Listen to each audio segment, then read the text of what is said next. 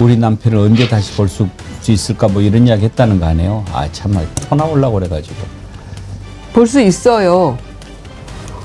네? 공범이니까 아. 그 재판할 때 같이 서서 볼 수 있어요. 뭐 저렇게 예를 들면 욕심 많고 사악한 자들은 나누는 방법을 몰라요. 자기가 독식을 해야 마음이 편한 자들이지. 김건희가 5대5로 나누자고 그럴 때 윤석열이가 뭐라고 그랬는지 아세요? 어떻게 하세요? 누가 5야? 김예성 그리고 그 서성빈, 명태균, 김건희 쪽하고 가까웠다가 이제 피의자 내지는 참고인으로 수사를 받고 있는 사람들 대부분 보면 공통점이 방금 앵커님이 의문을 가지신 대로 언론을 활용하는 데 있습니다. 나와가지고 국민들의 시선이나 특검의 수사 방향을 자신이 주도하거나 뭔가 이제 흔들려고 한다라는 그런 목적이 분명히 있는 것 같아요. 저는요.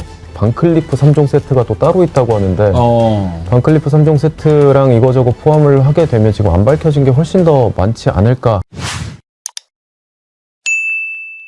오늘 광복절이라서 맛있게들 드셨는데 윤석열, 김건희도 오늘 특식을 먹는다네요. 오늘 그 재소자들 또 광복절 특식이 나오겠죠. 그러면 윤석열이 있는 서울구치소는 뭐가 나오냐? 까르보 불닭? 까르보 불닭 볶음면? 그런 게 있나요? 예. 불닭이 오리지널이 까만 봉지잖아요. 네. 근데 이제 굉장히 매운 거고, 그다음에 조금 이제 맛을 희석시킨 이렇게 치즈가 좀 들어가고 이런 느낌의. 그래서 이제 그게 까르보 불닭이에요. 남부구치소는 팥빙수? 아이스크림, 팥빙수 아이스크림을 아마 주나 봅니다. 그래요? 예, 설레임이라는 저 그 아이스크림인데. 설레 같다. 아마 저 불닭 볶음면 먹을 때는 설레임이 필요하긴 할 거예요. 매우니까. 근데 저는 윤석열 저기에다가는 불닭 볶음면에다가 청양 왕창 넣어가지고 엄청 맵게 만들어서 잘 먹어라. 줬으면 좋겠어요. 먹어. 근데 뭐 지금 김건희 밥을 안 먹고 있다고 뭐 그러던데.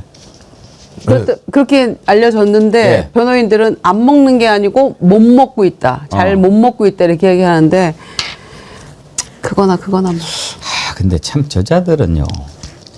그 언론이 그런 걸 또 받아서 써주는 것도 참 그러던데. 우리 남편을 언제 다시 볼 수 있을까 뭐 이런 이야기 했다는 거 아니에요? 아 참말 토 나오려고 그래가지고. 볼 수 있어요. 네? 공범이니까 아. 그 재판할 때 같이 서서 볼 수 있어요.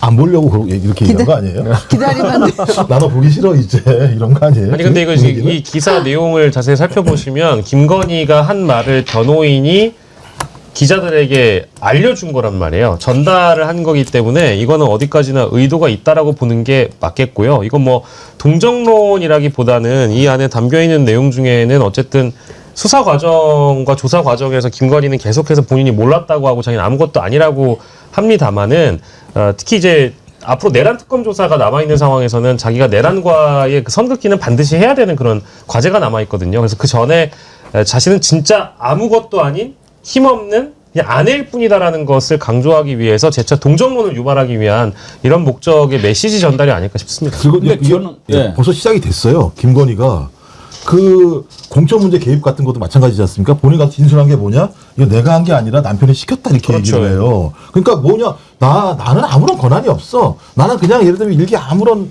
그런 권한이 없는 사람이니까 이 모든 일은 누가 했어? 윤석열이 시켜서 했어. 전 이렇게 가려고 하는 그 빌드업 과정이라고 보기 때문에 그 김건희는 윤석열을 버리는 과정이 아닐까 이런 생각이 들어요. 저도 그런 생각 네. 들었거든요. 하마님도 건희가 변호사한테 우리가 다시 같이 살 수 있을까요는 성렬이와 이혼을 암시하는 것 이렇게 했는데 처음에 저도 그 기사를 보고 이제 헤어진다는 건가? 그렇게 얼른 들었거든요. 그런데 뭐 나중에 해석하는 것은 뭐 순애보 어쩌고 막 들으면 가슴이 찢어지고 뭐 또 이런 이야기를 입 찢어지는 소리 합디다. 제가 볼 때는 가슴이 찢어질 것 같지 않은데요. 그 남편을 바보라고 얘기하고 뭐 맨날 면박 주고 이랬는데 무슨 아니 요즘은 순애보를- 그리고 뭘 그렇게 한다면은 윤석열이 그 들어가 있을 때 면회 한 번도 안 갔지 않습니까? 뭘 그걸로 놓고 말을 할 말이 뭐가 있어요? 전화 통화했나 봐요. 부속실장이 들고 간 걸로. 그렇겠죠. 전화 통화도 뭐 보고 싶어 이런 게 아니고 야 그거 어디다 숨겨놓는 거 잘 뭐 어떻게 이렇게 했겠지 뭐. 그 시계랑 거기 여기저기 숨겨놨거든 이렇게 얘기했을까요? 그런데 명태균 씨의 얘기에 따르면 인사권도 공천권도 반반이라고 나누기로 했대잖아요. 그 반띵 정권 아닙니까? 그런데 왜 본인이 권한이 없다고 얘기를 해요? 그 시계 사주는 사람한테도 홍보무 한번 맡아볼 텨? 이렇게 얘기했대잖아요. 그런데 그 사람이 나는 아니라고 손살에 쳤다는데 그런 식으로 그냥 탐욕의 화신이었던 것 같아요. 그리고 이 사치품하고 이 공직을 바꿔먹는 그거 아무렇지도 않게 생각하는. 이제 어게인 그 2021 아니겠습니까? 그러니까 그 김건희가 흔히 얘기하는 I believe 그 개사과 영상에서 얘기했던 것처럼 자신이 그냥 돋보이고 싶어가지고 뭐 학력 위조를 한 거다. 이런 얘기 정도만 했던 걸로 기억하는데 그때 분명히 그런 얘기를 하거든요. 자신은 그 물러나서 일선에서 물러나서 내조만 하겠다라는 식으로 얘기를 하면서 국민을 속여먹었잖아요. 근데 지금도 사실은 조강지처 코스프레 같은 걸 하면서 나는 정말 내조만 했지 난 아무런 권세와 권력이 없는 그냥 한 사람의 아내였던 것 뿐이다. 그래서 나는 그가 보고 싶다. 나는 남편만을 바라보면서 살아왔기 때문에 그 어떤 국정 개입이나 이런 걸 해본 적이 없다라는 코스프레라고 저는 생각을 해서 뭐랄까 이제는 좀 사악하게 느껴진다라고 할까요? 너무 좀 예. 그리고 제가 명태균한테도 거짓말했어요. 무슨 5대5로 나눠요. 지가 다 했으면서 결론적으로 보면 막 전화 통화하는 거 있잖아요. 내가 전화하는 거 전화했어? 했어 안 했을 때 내가 전화했잖아. 윤석열이가 그러지 않습니까? 그러니까 자기가 다 지시를 내리는 거예요. 실제적으로는 무슨 5대5로 나눕니까? 그리고 저렇게 예를 들면 욕심 많고 사악한 자들은 나누는 방법을 몰라요. 자기가 독식을 해야 마음이 편한 자들이지. 김건희가 5대5로 나누자고 그럴 때 윤석열이가 뭐라고 그랬는지 아세요? 어떻게 아세요? 누가 5야? 영화에 나왔다. 일단은 법적인 측면에서 봤을 때 뭐 소위 얹힌다라고 하죠. 윤석열이 이제 사형 아니면 무기징역이 나올 것 같으니까 본인 거를 최대한 줄여가지고 이런 식으로 뭐 얹히고 나면 전체적으로 줄겠구나라는 이제 법률적인 판단, 양형적인 판단 하에 그렇게 하는 것 같은데 실제 뭐 특검이 갖고 있는 증거들이나 지금까지 밝혀진 사실들을 보면 김건희가 다 해왔지 않습니까? 명태균도 마찬가지로 그 여론조사를 맡길 때 처음에 윤석열을 만난 게 아니라 김건희를 만나서 여론조사 의뢰를 받았거든요. 이 부분도 특검에서 지금 확인이 되고 있는 걸로 밝혀졌고 지금 기타 등등 여러 가지 개입 정황들을 보면 거의 다 김건희가 지시를 했거나 손을 탔다라고 볼 수가 있는데 이 정도 증거들만 가지고 보더라도 김건희가 나는 몰랐습니다. 윤석열이 시켜서 했습니다라는 진술을 믿기가 굉장히 나중에 힘들어질 거다. 그리고 그걸 위해서 아마 특검이 준비를 하고 있을 거다. 이렇게 말씀드릴 수 있겠습니다. 김건희한테 반클리프 아펠 목걸이 선물한 거 서희건설에서 이제 자수하지 않았습니까? 그런데 자수한 김에 사실은 3종 세트였습니다. 이렇게 아예 공개를 했지요. 그 화면을 좀 띄워봐 주십시오. 목걸이만 준 게 아니죠. 뭐 사실 또 이것만이겠습니까? 지금 막 더 나올 텐데 목걸이도 사주고 저 그라프는 귀걸이입니까? 예, 그라프 귀걸이. 티파니 브로치. 티파니 브로치. 근데 저 그라프 귀걸이는 안 돌려줬다고 그런 것 같던데요? 예. 맞습니다. 왜 안 돌려줬을까요? 저거 마음에 든가? 아니면 티가 안 난다고 생각했을까요? 하도 많이 받아서 이제 누구한테 어떤 걸 받았는지 지금 기억을 못하는 수준. 저건 1억이 넘는 거잖아요. 아, 참, 문건일 변호사님 궁금한 게 지금 이제 저것도 나는 거짓말이라고 봅니다만 아무튼 반클리프 받아가지고 착용을 했다가 그때 이제 재산 등록이 안 됐니 어쩌니 논란이 되니까 서희건설에 다시 돌려줬다 이렇게 지금 나오잖아요. 네. 그렇게 되면 돌려주면 뇌물죄가 성립이 안 됩니까? 뇌물죄가 성립을 하고요. 일단은 그 뇌물이 어떤 범위인지가 문제가 되는데 반클리프 목걸이를 받은 것 자체가 그 값어치가 뇌물이냐 아니면 그거를 무상으로 빌려줬다고 하더라도 그 무상으로 빌려준 것에 대한 이득 있지 않습니까? 뭐 예를 들어서 임대료라든지 이만큼은 적어도 뇌물죄가 성립을 하게 돼 있거든요. 법리적으로.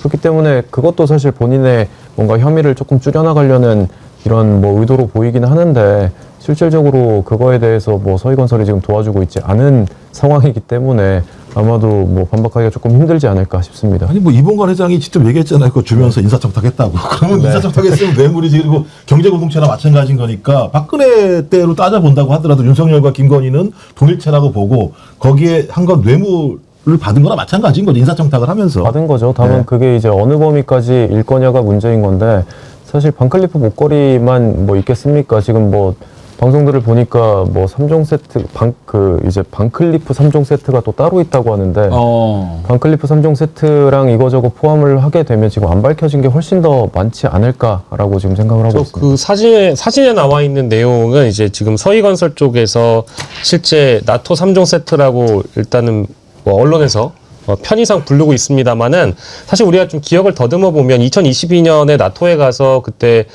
공직자 재산 신고 누락과 관련돼서 논란이 됐던 3종 세트 제품 중에 하나는 까르띠에 팔찌였습니다. 근데 저건 지금 서희건설 쪽에서 넘겨준 거여서 애초에 나토 3종 세트는 원래 까르띠에 팔찌가 있었거든요. 근데 지금 까르띠에 팔찌는 또 누가 줬는지가 아직 규명이 안 됐어요. 그래서 지금 김건희가 받았던 여러 뇌물 내지는 저런 명품 선물들 중에는 아직 드러나지 않은 선물들이 많고 아직 누가 줬는지 밝혀지지 않은 선물들이 많이 남아 있어서 그 김건희가 어제 JTBC 단독 보도를 보면 심지어 문고리 행정관이라고 부르는 3인방이 말렸다라는 거 아닙니까? 여사님께서는 안 하셔도 아름다우십니다라고 했는데 이 김건희가 거기다가 응답을 한 게 괜찮아. 빌렸다고 하면 돼. 라는 응답을 했다라는 거 아닙니까? 근데 그 정도의 인식밖에 없기 때문에 이런 일이 터진 거죠. 이미 그때부터 딱 네. 어떤 식으로 사기친다. 계산이 서 있던 거죠. 맞습니다. 예. 그리고 주진우 기자의 취재에 의하면 저게 3종이 아니라는 거예요. 서희건설이 샀다는 게 5개 샀다는 얘기가 또 있어요. 그러니까 우리는 지금 3개만 아는데 서희건설이 3개만 산 게 아니라 5개를 산 걸로 알고 있다라고 얘기하는 상황이니까 서희건설이 또 이것만 이례적으로 하지 않았을 거라는 생각이 들고 다양한 방식으로 자기의 이익을 위해서 뭔가 로비를 했을 거라는 생각이 들기 때문에 저는 시간이 지나면 지날수록 아마 다양한 건들이 그것도 제가 볼 때 거의 보석상 정도를 할 수 있는 수준이 아닐까 생각이 들어요. 근데 아니, 김유정 의원님 네. 그거 참 추접스럽지 않아요? 시계 예쁜 거 찾네. 나 이번에 애국 나가려고 그러면 시계 필요한데 그게 뭡니까? 너무 추접스러워가지고 저는 어떻게 사람이 수준이 저거밖에 안 될까. 그 완전히 그거 삥 뜯는 거죠. 사갖고 와 이 말이잖아요. 그 말이죠. 그런데 뭐 500만 원 받고 지금 3,000원 못 받았다 이러는데 근데 그 사람은 왜 요즘에 막 그 온갖 군데 다 다니면서 인터뷰하고 그렇게 하는 걸까? 전 그게 좀 이해가 안 되던데요. 저도 이해가 안 되는데 그 CBS 나와서 라디오 인터뷰 할 예. 때 그 사람이 했던 얘기 들으셨어요? 예. 그 영부인 DC 예. 연예인 DC 아니고 영부인 DC 받아서 3,500에 그 시계를 샀다고 얘기했잖아요. 그러고 가서 자기가 이제 그 시계를 남자 시계를 차고 나왔어요. 자기가 가서 양아치 짓 했다고 고백을 해요. 이게 대통령 줄 남자 시계도 살 거다라고 얘기를 해가지고 그거는 지가 또 할인 영부인 받아먹고. DC를 받아서 본인이 또 이걸 샀다고 얘기를 하는 거예요. 그래서 모양이 똑같은데 여자 거는 사이즈만 작다. 그 설명을 하는 거예요. 그러니까 어떻게 만나고 교류했던 사람도 그 정도 수준인 건지.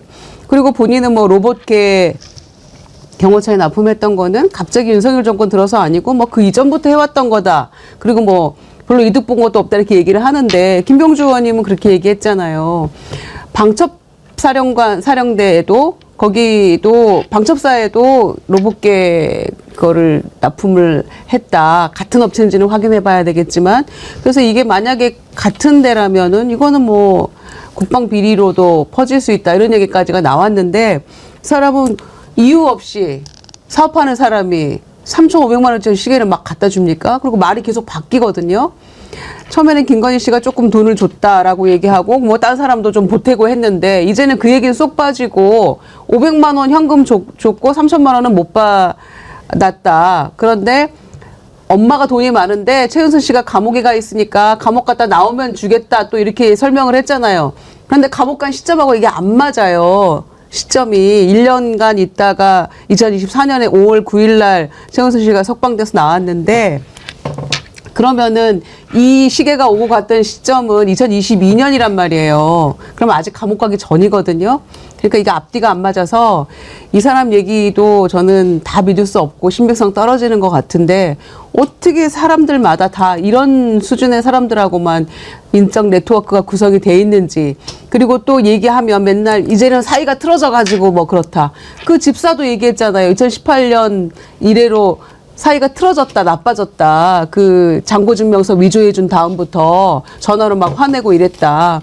그래서 184억 기업들로부터 받은 것은 다 내 사업 수완이었다라고 지금 본인이 뻥을 치고 있는 거 아닙니까? 한마디로. 그래서 모든 사람하고 이용해 먹고 또 사이가 틀어지고 새로운 사람들하고도 또 관계 형성을 통해서 이렇게 탐욕을 부려서 뭔가를 받고 이랬던 게 아닌가 싶어요. 수준이 비슷한 것 같아요. 김예성 그리고 그 서성빈, 명태균, 김건희 쪽하고 가까웠다가 이제 피의자 내지는 참고인으로 수사를 받고 있는 사람들 대부분 보면 공통점이 방금 앵커님이 의문을 가지신 대로 언론을 활용하는 데 있습니다. 나와가지고 국민들의 시선이나 특검의 수사 방향을 자신이 주도하거나 뭔가 이제 흔들려고 한다라는 그런 목적이 분명히 있는 것 같아요. 저는요, 이번에 이 서 모 씨와 관련된 내용은 뇌물이 갖고 어떤 대가를 받았느냐, 이제 단순한 이런 어떤 명제도 있지만 이 안에는 또 다른 인물이 있을 수 있고 또 다른 혐의가 있을 것 같다는 생각은 들거든요. 특히 로봇계의 경우에는 아까 김유정 의원님이 말씀 주신 대로 김병주 최고위원의 진술이 사실이고 그것이 증명될 만한 의혹이라면 이 가운데에 아마도 대통령 경호처의 예산으로 2022년에 3개월에 1,800만 원짜리 수의 계약을 성립시켜줬어요. 근데 그 이후에 방첩사와 로봇계 사업을 또 수의 계약을 맺어가지고 군과 계약을 하게끔 만들었다라고 한다면 금액이 아마 달라질 거고요. 그 중간에서 아마 커미션을 빼먹은 사람이 있을 겁니다. 전 그걸 김용현이라고 의혹을 가지고 싶고요. 왜냐하면 경호처장이었고 방첩사에서는 여인형이 있었기 때문에 이게 어쨌든 충암고 라인끼리 어떤 거래가 가능하다. 그러면 이 사람은 중간에서 업체를 끼고 수의 계약을 받아가지만 로봇계를 막상 납품하고 난 그 이후의 커미션은 분명히 떼먹는 사람들이 소위 시체말로 엠빵을 했을 것이다. 이런 의혹을 가지고 바라봐야 되는데 지금 방송에 나와서 하는 얘기는 전부 다 김건희를 만나서 어떤 얘기를 했다. 이 여자가 얼마나 웃긴 여자다. 나도 그냥 시키는 대로 했다. 그리고 김건희랑 어떻게 친해졌다. 되게 주변부적인 얘기를 하고 있다라고 보거든요. 그래서 이거는 하나의 연막이다. 시선 돌리기용이다. 언론을 활용한다. 라고 좀 보고 있습니다. 부산이대인님, 2959님, 부산이대인님, 앵커님 왼손 들어보세요. 시계 찾네? 예, 오늘 저 시계 차고 있는데 이 시계가 지금 제가 가지고 있는 시계 중에 제일 고급이에요. 이거 좋은 거예요. 스와치라고 들어보셨어요? 명품이죠, 명품. 저는 시계를 안 차고 다녀서요. 명품입니다. 제가요, 한 번은 짝퉁 시계를 하나 이렇게 그 유명한 브랜드인데 그거를 이렇게 다 한번 찬 적이 있었어요. 그랬는데 차를 타고 어디를 같이 가는데 같이 가는 사람이 병원 원장이에요. 큰 병원. 근데 거기가 그 시계를 차고 있는 거를 유심히 보면서 아, 진품은 저렇게 생겼구나. 그렇게 이제 생각하고 있었어요. 같은 브랜드라서. 그런데 한참 뭐 이러가다가 시계 좋네 그랬더니 에이, 그 짝퉁이에요. 그래서 나도 짝퉁인데 그래서 그 사람이 나는 백 국장님 시계가 진짜인 줄 알고 진짜는 저렇게 생겼구나. 서로 그렇게 생각했다고. 근데 거짓말도 하는 사람이 한다고. 김건희가 이 홍콩에서 15년 전에 2010년에 샀다고 얘기한 거 아닙니까? 그런데 그때 처음에 얘기할 때는 그 특검에 나가서 진술할 때는 너무 진짜랑 똑같아가지고 샀다. 그렇게 얘기를 해놓고는 나중에 금방 말을 바꿔서 근데 무슨 브랜드인지도 모르고 샀다 이렇게 얘기를 해요. 그러니까 그 말이 본인이 해놓고도 갖는 의미를 모르는 걸까요? 아니면 앞에 거짓말 다 잊어버리는 걸까요? 도저히 이해가 안 되는 행태들이에요. 그리고 그 로봇계 아저씨가 주역을 또 공부해가지고 그러니까요. 거기도 보통 또 역술에 뛰어난 사람이 아니더라고요. 서울시장이 그런 웬 말이야. 사람들만 만나는 거예요. 서울시장이 웬 말이야 대선 나가야지 이랬다며요. 또 서울시장 얘기도 나 처음 들었어. 예, 오늘 광복절 백운계 정치 1번지는 여기까지 하겠습니다. 조국 대표 출소한 장면 그리고 일본 총리가 패전일이죠. 일본은 13년 만에 반성을 언급했다는 그런 속보도 들어왔는데 반성. 반성이라는 표현도 처음 쓴 거 아닌가요? 13년 만에 총리가 썼다라고 하니까 이게 사실은 이런 내용이 나올지 일본 언론도 예상치 못했다라고 지금 일본 외신 쪽 보도는 나오고 있거든요. 그러니까 왜냐하면 이시바 총리라는 사람이 현재 국내 정치에서의 입지가 굉장히 좁아져 있는 상황이어서 이런 언급이 나올 수 있을까라고 예상도 못했고 실제 이런 이 추도사 쪽에서 뭔가 좀 더 그 한일 관계에 대한 진전을 갖고 올 수 있을 만한 내용이 나올 거라고 아무도 예상을 못했답니다. 지금 현지 분위기가 그렇다고 전해지고 있습니다. 뭐 또 우리가 미국 가기 전에 또 일본 총리 만나고 그러니까 근데 또 그걸 또 계속 해야 되는데 또 저 총리도 금방 바뀌죠 지금. 뭐 바뀔 가능성이 좀 높을 거로 보고 차기 있는데 총리가 이미 정해져 예, 있다는 이제 들어올 거 사람이 훨씬 더 극우여가지고 참나 그게 걱정이긴 합니다 진짜. 그리고 이봉관 회장님 본인이 주건 권력과 산 권력을 어떻게 대해야 되는지를 너무 잘 알아요. 주건 거는 내가 확실하게 더 주게 된다. 그리고 내가 확실하게 특검에 기여를 해줘야 내가 산다. 김예성 집사 베트남에서 묶었거든요, 발을. 그리고 여권을 무효하는 조치가 또 마침 돼가지고 그러면 밖으로 못 나가니까. 그런데 그러면 이제 베트남 경찰이 적극적으로 신병을 확보하도록 그게 마침 서 기장 부부가 오시고 그러네. 이런 게 있었다고 저는 봅니다. 그럼 뭐 적극적인 협조가 반드시 필요한 거니까. 김혜성 집사가 어제 오후 4시 뭐 40분인가요? 인천공항에 예. 들어온 이거는 특검하고 사전에 다 조율을 했을 거 아니겠어요? 예. 그러니까 그 뭐 동아일보니 여러 메이저 언론사가 또 베트남 가서 단독 인터뷰들을 다 땄잖아요. 예. 예, 그러니까 날짜를 며칠 전부터 특검하고 정한 거예요. 그러니까 영장실질심사가 날짜가 정해지니까 지난주에 실질심사 하는 날로 들어와 판사님한테 심리적인 어떤 그런 영향을 주려고. 그러니까 2주 여유를 준 것이 어떻게 보면은 잘 짜여진 시나리오 같았다. 네. 그런 말씀이시죠. 그런데 끝에 운도 따랐다. 예. 예, 첼스트라다무스 이병철 변호사님 어서 오십시오. 반갑습니다. 우리가 2주 만에 뵙는데 네네. 되게 오랜만에 뵌 것 같아요. 아무튼 시간 나는 대로 예, 뭐 예, 자주 언제든지. 와주시면 네. 우리 애청자님들이 정말 좋아하니까요. 예. 어제 또 예언한 거 제가 다른 방송에서 들었는데 네. 12시 딱 예언했는데 또 그대로 또 맞았어요. 네. 그런 건 어떻게 계산을 하세요? 그러니까 그게 이제 이거는 뭐 예언이라기보다는 그냥 어떤 법률 지식과 법률 실무에 축적된 경험, 그다음에 이제 정치 사건인 경우에 어떤 판사들이 생각하는 스타일. 근데 사실은 어제 그거는 처음에 판사님은 영장실질심사가 시간이 꽤 걸릴 거라고 생각하고 오전 10시로 잡았을 거거든요. 윤석열 씨는 1차, 2차 다 2시에 했잖아요. 예. 근데 이제 10시에 잡길래 지금 특검이 제출한 증거가 굉장히 많다고 제가 들었고 이제 영장 청구서는 20페이지밖에 안 되지만 그런데 의견서를 848페이지를 냈잖아요. 그러니까 이제 그만큼 특검에서 이제 주장하는 게 그게 다 증거 설명들이거든요. 그러니까 이제 판사님이 이건 시간이 꽤 필요하다. 10시를 잡았는데 이 특검에서 먼저 PPT하고 한 2시간 정도 했는데 김건희 변호인 쪽에서 뭘 한 게 없는 거예요. 그냥 똑같은 그냥 부인하고. 그러니까 김건희 쪽에서 반격을 많이 하면 시간이 오래 걸리는데 그러니까 윤석열 때는 그랬는데 김건희 쪽에서 뭐 별로 한 게 없이 그냥 한 1시간도 채 안 돼가지고 할 거 없습니다. 하니까 판사님이 그래요?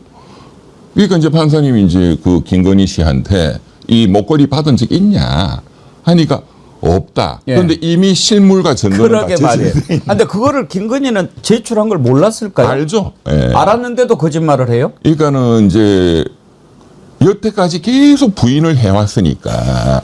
그러니까 그러니까 김건희 씨는 저는 이번에 특검 조사받으러 간 날 나는 아무것도 아니에요. 그게 정확하게 계산된 발언으로 저는 봤거든요. 그렇죠. 변호인과. 예. 그게 무슨 뜻이냐. 그 이틀 전에 언론에 나온 입장이 이제 그건 변호인하고 작전을 짠 건데 특검에 출석을 해서 경험한 바를 기억나는 대로 진술하겠습니다. 그 판단은 특검의 몫이다. 크게 났거든요. 제가 그걸 딱 보고 너 전략은 알겠다. 그게 뭐냐? 형사소송법상 피의자 말고 피고인 말고 재판할 때 이제 목격자 이런 분들 증인으로 부르잖아요. 이분들은 죄가 없는 분들. 증인이란 본인이 경험한 바를 목격한 거. 기억나는 대로 진술하는 사람 이렇게 돼 있어요. 그러니까 나는 내 남편이 이거 나쁜 놈인데 뭐 명태균이니 등등 내 그 피의자들 내가 옆에서 목격한 거 경험한 거를 기억나는 정도 내가 진술할게. 특검은 내가 증인이라는 거를 판단을 해. 저는 그렇게 딱 들었어요. 이 사람은 무조건 다 부인하겠네. 그런데 이틀 후에 이제 특검 출석해가지고 거기 서서 저는 아무것도 아니에요. 이게 겸손하게 제가 미천한 여자입니다. 뭐 이런 뜻이 아니고. 그렇죠. I am nothing. 나는 이 죄와는 아무런 관련이 없어. 나는 아무것도 아니었기 때문에 그럴 아무것도 것도 안 없어. 했어. 네, 그렇죠. 그리고 뭐를 해도 부인. 나는 그 자리에 있지 않기 때문에 해당이 안 돼. 그래서 특검 들어가서도 조사받을 때 본인 관련된 거는 전부 다 부인했다는 거잖아요. 예. 뭐 제3자 이런 거 뭐 본 적 있다 뭐 이 정도. 그렇게 일관되게 해왔기 때문에 어제 실질심사 들어가서 특검이 불시에 그걸 냈다는 거는 이제 체크를 했을 텐데 그걸 바꿀 수가 없죠. 특검이 그 목걸이 실물 진품과 모조품을 같이 제출했다는 거 아닙니까? 자수서까지. 그야말로 히든 카드였죠. 그게 그 서희건설이잖아요. 예. 그 이봉관 회장이라는 분이 재밌는 분입니다. 예. 제가 그분 옛날부터 아는데. 잘 아세요? 제가 개인적으로 안다기보다는 그 이명박 정부 때도 예. 그랬고 박근혜 정부 때도 이제 이 서희건설 이봉관 회장은 권력에 굉장히 민감한 또 거기에 탁 붙어서 뭔가를 사업을 하려고 하는 또 이제 그 서희건설이 하는 건설 아파트업이 위험한 거를 많이 해요. 일반적인 소유도 굉장히 큰 데거든요. 그죠? 네. 지역 주택조합 이 아파트들이 전국에 많이 합니다. 이제 뭐 이렇게 허름한 이런 데를 그러면 이제 거기 허름한 집 갖고 있는 분들이 다 조합원으로 들어와서 하는데 이 사업이 그래서 이 모으고 하는 게 어려워요. 보통은 그냥 시행사가 그걸 땅을 그냥 한 방에 다 사가지고 그냥 하는 거잖아요. 이분들이 그냥 사업의 주체가 되니까 그러니까 이제 좀 주택법상 지원도 있고 빨리 인하가다 나고 이제 정부가 밀어주는 거죠. 근데 여기 비리가 엄청납니다. 그러니까 지역주택조합은 조합장에 해먹고 통제가 안 되니까 이 각 개인들은 무주택자 서민들 뭐 아무것도 모르고 그러니까 여기에 또 이제 건설사가 붙으면 보통 제가 지주조합 사건을 많이 해봤거든요. 전국적으로. 몇백억 빼먹는 게 기본이에요. 10개 중에 9개는 깜빵 갑니다. 그래서 현대나 이런 큰 건설사는 안 하려고 하는 거예요. 근데 서희가 그거를 압도적으로 많이 하는 건설사인데 그래서 그 박근혜 정부 때 그러니까 박근혜 2012년 그 대통령 선거 때 그때 그 이제 올케인 서향희 변호사 예. 하고 이제 제가 로펌도 같이 했고 예. 그때 이제 서양희 변호사가 좀 사회 활동을 많이 했거든요. 또 성격도 적극적이고 그래서 이제 결국은 좀 시끄러워지니까 그때 7월 달 여름쯤에 박근혜 후보가 집에 들어가라. 그래서 그때 이제 그때부터 이제 대외 활동을 안 하고 있는데 그 직전까지 이제 서 변호사가 그 이제 로펌에서 포럼을 만들었어요. 사회 저명 인사들 모시고 강연도 하고 그때 이봉관 회장이 항상 오시더라고. 그래서 저도 그때 이제 예. 인사도 하고 예. 그러고 이제 그때 이제 그 뭐 사위들이 다 검사 판사들이다 하는 얘기도 듣고 그때 그 또 만나서 술도 먹고 했어요. 저도 예. 그 딸도 이봉관 회장이 재밌는 게 그때도 연세가 많았거든요. 예. 그때가 뭐 2012년도니까. 본인이 저보고 자랑을 하시더라고. 이 변호사, 이 나이가 들수록 젊게 살아야 돼. 내가 말이야, 이 겨울에는 스키를 좋아하는데, 노란 스포츠카 타고, 직접 본인이 모시고, 예, 스키장 가서, 그러시다가 혹시 연세가 있으신데, 이렇게 좀 혹시 다치시면, 조심하십시오. 그랬더니, 그래서, 스키 위에서 이렇게 내려올 때, 옆에 뺑 둘러가지고, 거의 국가대표급, 보디가드지. 충돌이 안 돼도. 이거 젊게 사시네. 오토바이도 뭐 그때 모신다고.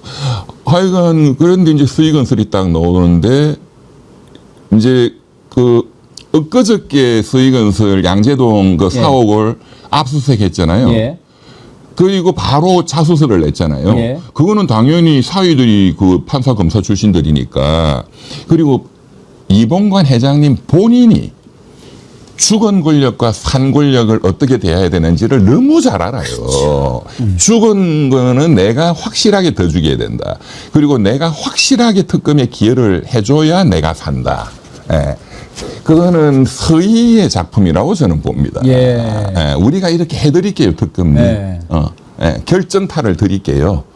저는 역시 그러니까 이봉관. 주려면 확실하게 그렇죠. 다 벗고 준다. 그렇죠. 이런 거죠. 왜냐하면 지금 서희가 수사받고 있는 것도 또 많이 있거든요. 있겠죠. 네. 큰 역할을 한 거는 사실입니다. 그러니까 서희가 수사받고 있는 것을 그전에는 윤석열, 김건희를 통해서 풀어보려고 그렇죠. 하다가 그렇죠. 이제 그게 수포로 돌아가자 이제는 이쪽으로 발빠르게 태세 전환해서 그렇죠. 큰 거 하기는 했죠. 결정적인 거를 해서 판사님이 어제 영장을 그냥 이거는 용서가 안 되네. 이게. 그러면 이 변호사님 만약에 예. 어제 서희건설에서 그 자수서하고 실물 진품하고 이렇게 딱 갖다가 바치지 않았더라면 또 나오죠. 그래도 나오죠. 네, 그렇지만 판사님이 분개했을 거예요. 그런데 그래서 맨 마지막에 영장 심사 끝날 때 마지막 질문을 다시 판사님이 받았냐? 받았냐 하니까 안 받았다 하니까 판사님이 폭발했겠죠. 예. 속으로. 그리고 그 언론 보도를 보면 판사님이 그 정재욱 부장판사가 특검한테 제재를 약간 했다는 거거든요. 서희 이 반클리프 목걸이 이런 거 왜? 구속영장 청구서에 기재된 그 세 가지 혐의사실이 혐의사실이 아니니까 이걸 너무 하지 마라. 이걸 중심으로 해야지. 혐의사실만 가지고 다퉈라. 또 뭐 어느 정도 정황 증거로 어떤 증거인멸에 이런 거를 소명하겠다 하는 건 이해를 하는데 너무 이쪽을 집중하면은 이 본말이 전도된다. 이제 이런 지적도 하셔도 그거는 법리적으로 맞거든요. 그런데 또 그게 너무나 충격적으로 부인하고 충격적인 게 나오니까 판사님한테는 굉장히 심리적으로 그게 컸을 겁니다. 일단 뭐 얼마나 악랄하고 가증스럽게 증거를 조작하려고 하고 인멸하려고 했는가는 확실하게 보여주는 사실. 그리고 모조품도 가짜로 갖다 놓고. 그러니까 말이에요. 예, 그건 어떤 아니 누가 그런 머리를 쓸까요? 난 그거 보고 너무 놀랐어요. 그러니까요. 그럼 변호사가 그런 머리를 썼을까? 글쎄 모르겠습니다. 그거는. 누군가가 머리를 쓴 자가 나오면 그것도 법 위반이죠. 그렇죠. 증거인멸이죠. 증거인멸 교사고 그렇죠. 또 뭐 업무 방해고 막 이런 거 해당되지 않겠습니까? 그렇죠. 근데 머리를 써도 그냥 숨기지 뭔 또 모조품을 갖다 놔. 그리고 거기도 숨기는 것도 기상천외한 장소 아닙니까? 네, 누가 오빠의 장모집에다가 장모집에. 근데 그걸 또 어떻게 알게 됐겠나 생각해 보면 저는 그것도 거기다 해놓고 누군가가 역정보를 흘렸을 것 같아요. 그럴 수도 있죠. 그러니까 거기를 알지 누가 어떻게 네, 쳐들어가겠어요. 그리고 저는 이제 특검 이제 과거 이제 여러 수사들의 그런 이제 경험들을 보면 이 김진우 친오빠의 그 통화 내역은 다 압수수색 영장 받아서 다 보고 분석을 해서 그걸 보고 또 추적하거든요. 그러니까 이제 김진우 씨가 자기 장인 장모하고 통화가 많이 했을 거라고 봅니다. 이제 그렇게 해서 파고 들어갔을 수도 있고, 어쨌든, 그러니까 지금 한 3주 전인가요? 그 김건희 특검에서 김건희 씨를 2주 후에 소환한다라고 예고를 했잖아요. 예. 너무 시간을 너무 많이 준다. 많이 줬어요. 근데 그때 제가 이제 일주일 후에 윤석열, 2주 후에 이제 김건희, 그때 제가 이거는 작전 계획을 그리고 이제 김건희 특검은 작전을 이렇게 많이 짜는 스타일이에요 보니까. 예.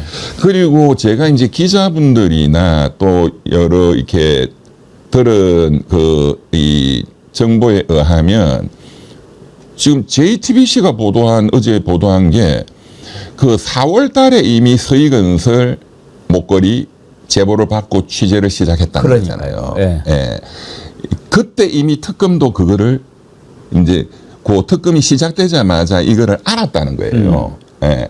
그리고 이제 그리고 이번에 이 또 운도 좀 이제 막판에 따르는 게 뭔가 사실은 큰 일이 있으려면 문이 따라야 되잖아요. 그렇죠.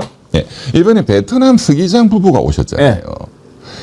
김예성 집사 베트남에서 묶었거든요, 발을. 그렇죠. 그리고 여권을 무효하는 조치가 또 마침 돼가지고 그러면 밖으로 못 나가니까. 그런데 그러면 이제 베트남 경찰이 적극적으로 신병을 확보하도록 그게 마침 서기장 부부가 오시고 그러네. 이런 게 있었다고 저는 봅니다. 그럼 뭐 적극적인 협조가 반드시 필요한 거니까. 예. 그리고 제가 이제 어제 영장 발부에 또 중요한 결정타는 김혜성 집사가 어제 오후 4시 뭐 40분인가요? 인천공항에 예. 들어온. 이거는 특검하고 사전에 다 조율을 했을 거 아니겠어요? 예. 그러니까 그 뭐 동아일보니 여러 메이저 언론사가 또 베트남 가서 단독 인터뷰들을 다 땄잖아요. 예. 예. 그러니까 날짜를 며칠 전부터 특검하고 정한 거예요. 그러니까 영장 실질 심사가 날짜가 정해지니까 지난주에 실질 심사 하는 날로 들어와 판사님한테 심리적인 어떤 그런 영향을 주려고. 그러니까 2주 여유를 준 것이 어떻게 보면은 잘 짜여진 시나리오 같았다. 네. 그런 말씀이시죠. 그런데 끝에 운도 따랐다. 예. 예, 어제 그렇죠. 그 정재훈 판사님도 제가 판사 입장에서 생각해 보면은 오늘 오후 4시 반에 김예성이가 지금 들어와? 근데 내가 만에 하나라도 김건희를 풀어줘 버리면 김건희하고 얘하고 또 뭔가 그렇죠, 정거는 그렇죠. 나는 무조건 이게 김건희는 잡아내야 된다. 이런 심리적인 또 그런 압박을 받았다고 봅니다. 알겠습니다. 그 이제 시대의 예언가 철스트라다무스 이병철 변호사님 오셨으니까 이제 예언하는 거 한두 가지 좀 제가 여쭤보려고 합니다. 앞으로 김건희가 어떻게 할 건가가 상당히 궁금해요. 네. 윤석열이 하는 거 보면은 일단 뭐 틀어박혀서 안 나와 끌고 가려고 해도 뭐 들어놓고 옷 벗고 말질을 하고 그다음에 이제는 또 병원으로 어떻게 가서 해볼까 하고 병원에다가 안과 뭐 막 이렇게 좀 난리를 치잖아요. 김건희는 어떤 식으로 할 것 같습니까? 김건희는 이번에 조사처럼 조사에 순순히 응하는 태도는 보일 거라고 봅니다. 예. 왜요? 그렇지만 계속 또 부인하고 또 이제 구속이 됐기 때문에 이제 그 전략은 안 바뀔 거라고 봅니다. 나는 목격자다. 죄 지은 거는 윤석열이다. 그리고 윤석열의 권력을 보고 뭐 서희건설도 그렇고 누구도 그렇고 다 갖다 바치는 거지. 내를 보고 갖다 바쳤냐. 그리고 김건희는 그 변호인들하고 계산을 다 하거든요. 우리 형이 얼마나 나올까. 그게 제일 궁금하잖아요. 예. 본인도. 예. 윤석열 씨는 뭐 최소한 무기징역이다. 이거는 확정된 거고. 근데 김건희는 무기징역은 안 나올 거야. 예. 예. 그리고 그래도 지난번에 이병철 변호사님 계산대로 하면은 1억이 10년? 그렇죠. 1억이 10년이면은 100억이 100년 아니? 이우한 합의 그 20억이라 잡아도 네. 그것만 해도 200년이에요. 그 무기징역이지 어제 뭐. 명태균이 그 저기 여론조사 2억 7천 그것만 하면 27년이에요. 예. 그러니까 이제 법적으로는 유기징역은 최대 50년까지니까 이제 법원이 때린다면 무기징역도 가능하지만 뇌물죄 이런 거는 근데 이제 또 본인이 유리하게 다 사람은 본능적으로 생각할 수밖에 없고 그러니까 나는 상당히 또 줄일 수 있을 거야. 이제 그런 희망을 갖고 있을 거기 때문에 어쨌든 앞으로 수사에는 순순히 협조하는 태도를 보이고 이제 김건희는 윤석열이하고는 달라요. 좀 단수가 높아요. 예. 윤석열보다는 높아. 윤석열보다. 그래봤자 부처님 손바닥이지. 예. 그러면은 일단은 조사는 응할 것 같다. 네. 그래도 뭐 구속 적부심, 보석 신청 별짓을 다 하지는 않겠습니까? 하지 않겠습니까? 뭐 그런 것도 하겠죠. 예. 예. 또 뭐 분명히 이제 그 전부터 병원에 입원하고 쇼를 했으니까 그렇죠. 어디 또 아프다고 또 할 거고 네, 별수를 다 쓸 겁니다. 네. 그런데 이제 그 많은 저 분들이 이제 저한테 문자도 오고 또 댓글들 이렇게 보면 금융 치료를 해야 된다. 저 돈을 다 털어야 된다. 예. 뭐 숨겨놓은 돈을 찾아내는 것도 중요하고 현재 공식적으로 신고돼 있는 재산이 한 70몇 된다고 하잖아요. 그래서 제가 어제 구속영장 청구된 그 범죄 혐의 사실 예. 그것만 가지고 제가 계산을 해보니까 벌금만으로도 다 털어버릴 수 있어요. 이게 왜 그러냐 하면은 주가 조작, 그 자본시장법이거든요. 자본시장법상 김건희가 지금 8억 1천만 원을 이익을 현실화 시켰다는 거잖아요. 어느 기자님이 저한테 전화가 왔어요. 예. 변호사님. 그 김호수 회장이라는 자와 이종호 BP 그 사람들은 이미 형이 확정이 됐잖아요. 집행유예였거든요. 예. 근데 그 사람들이 집행유예니 김건희도 요건은 집행유예 되는 거 아니냐. 그래서 내가 좋은 질문이다. 예. 권오수하고 이종호의 판결문을 보면 왜 집행유예냐라고 판결문이 적혀 있거든요. 보면 이자들은 굉장히 악질적으로 주가 조작을 모의하고 준비하고 시도했다. 이까지 인정. 예. 재질이 나쁘다. 그런데 이 머리가 나빠가지고 또는 타이밍을 잘 못 현금화를 못 시킨 거예요. 아. 이익을 실현한 게 없다. 아. 그래서 집행유예 명분으로 했더라고. 그럼 그 돈 어디로 갔어요? 그러니까 이제 막 작전해가지고 주가가 도이치 주가가 오르기도 하고 하는데 예. 그러면 오를 때 빨리빨리 팔아야지. 팔아야 되죠. 예. 그 타이밍을 놓치고 다시 쭉 팔았대요? 떨어지니까 또 타이밍 잡고 다시 또 작전해서 올리고 또 타이밍을 놓치고 그러니까 김건희는 그때 팔았잖아요. 그러니까 김건희는 지가 독자적으로 팔아 해서 8억 천을 현실화 시켰다 이거예요. 이 달라요 수준이. 도이치, 권오수, 이종호보다 김건희가 훨씬 프로예요. 돈을 먹은 사람이 프로잖아요. 예. 그러니까 어쨌든 특검에 지금 결과에 보면 이제 8억을 현실화 시켰기 때문에 그러면 자본시장법상 징역은 최소 5년 이상 때리도록 돼 있습니다. 이 금액에 따라서 벌금이 중요하거든요. 뇌물도 그렇고 이 주가 조작도 그렇고 이득액의 4배에서 6배까지 벌금을 반드시 병과 같이 때리도록 돼 있습니다. 예. 그러면 이제 이거는 너무 이게 큰 국가적 사건이니까 법원에서 법이 정한 법정형 최대를 때릴 가능성이 높거든요. 그러면 8억 곱하기 6배. 예. 그것만 해도 48억이잖아요. 벌금 48억을 동시에 때립니다. 1심 때. 1심은 언제나 하느냐.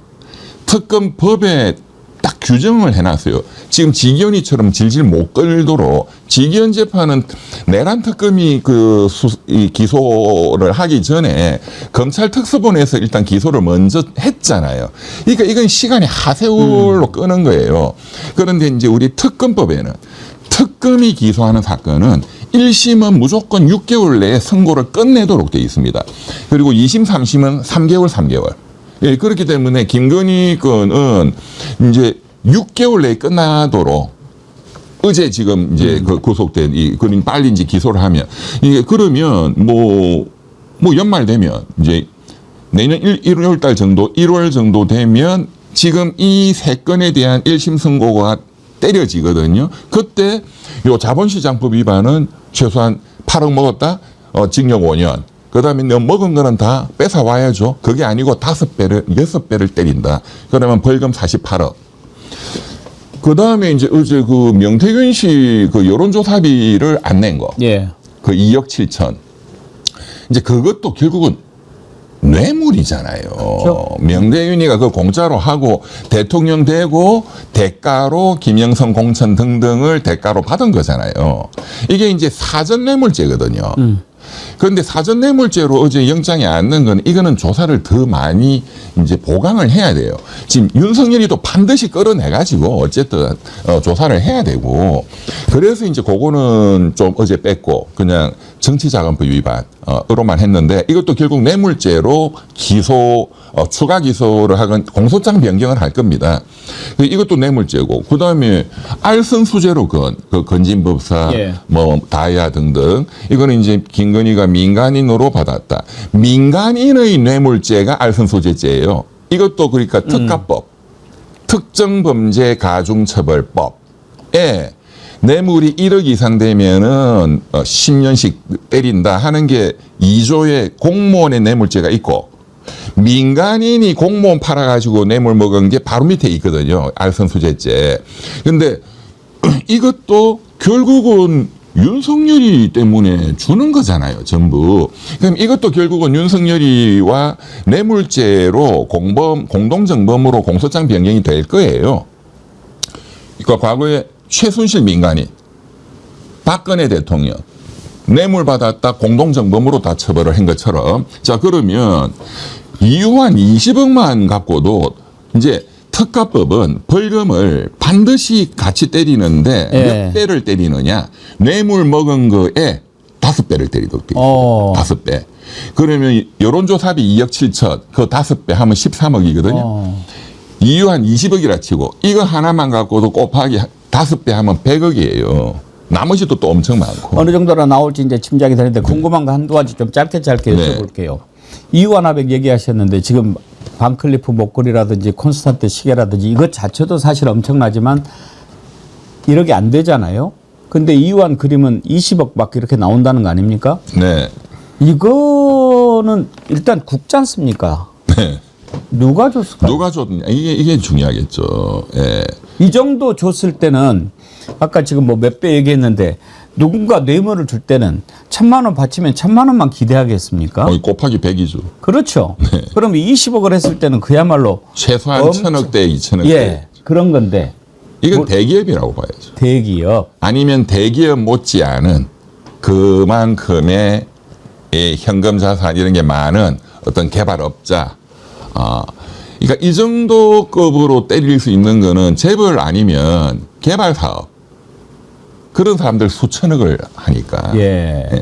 개발 사업 또는 불법 M&A, 주가 조작범, 이제 전형적으로 이런 사람들이 이 세 가지를 같이 해요. 예. 근데 보통 이제 개발 사업 이런 쪽이 큰 현금을 움직이죠.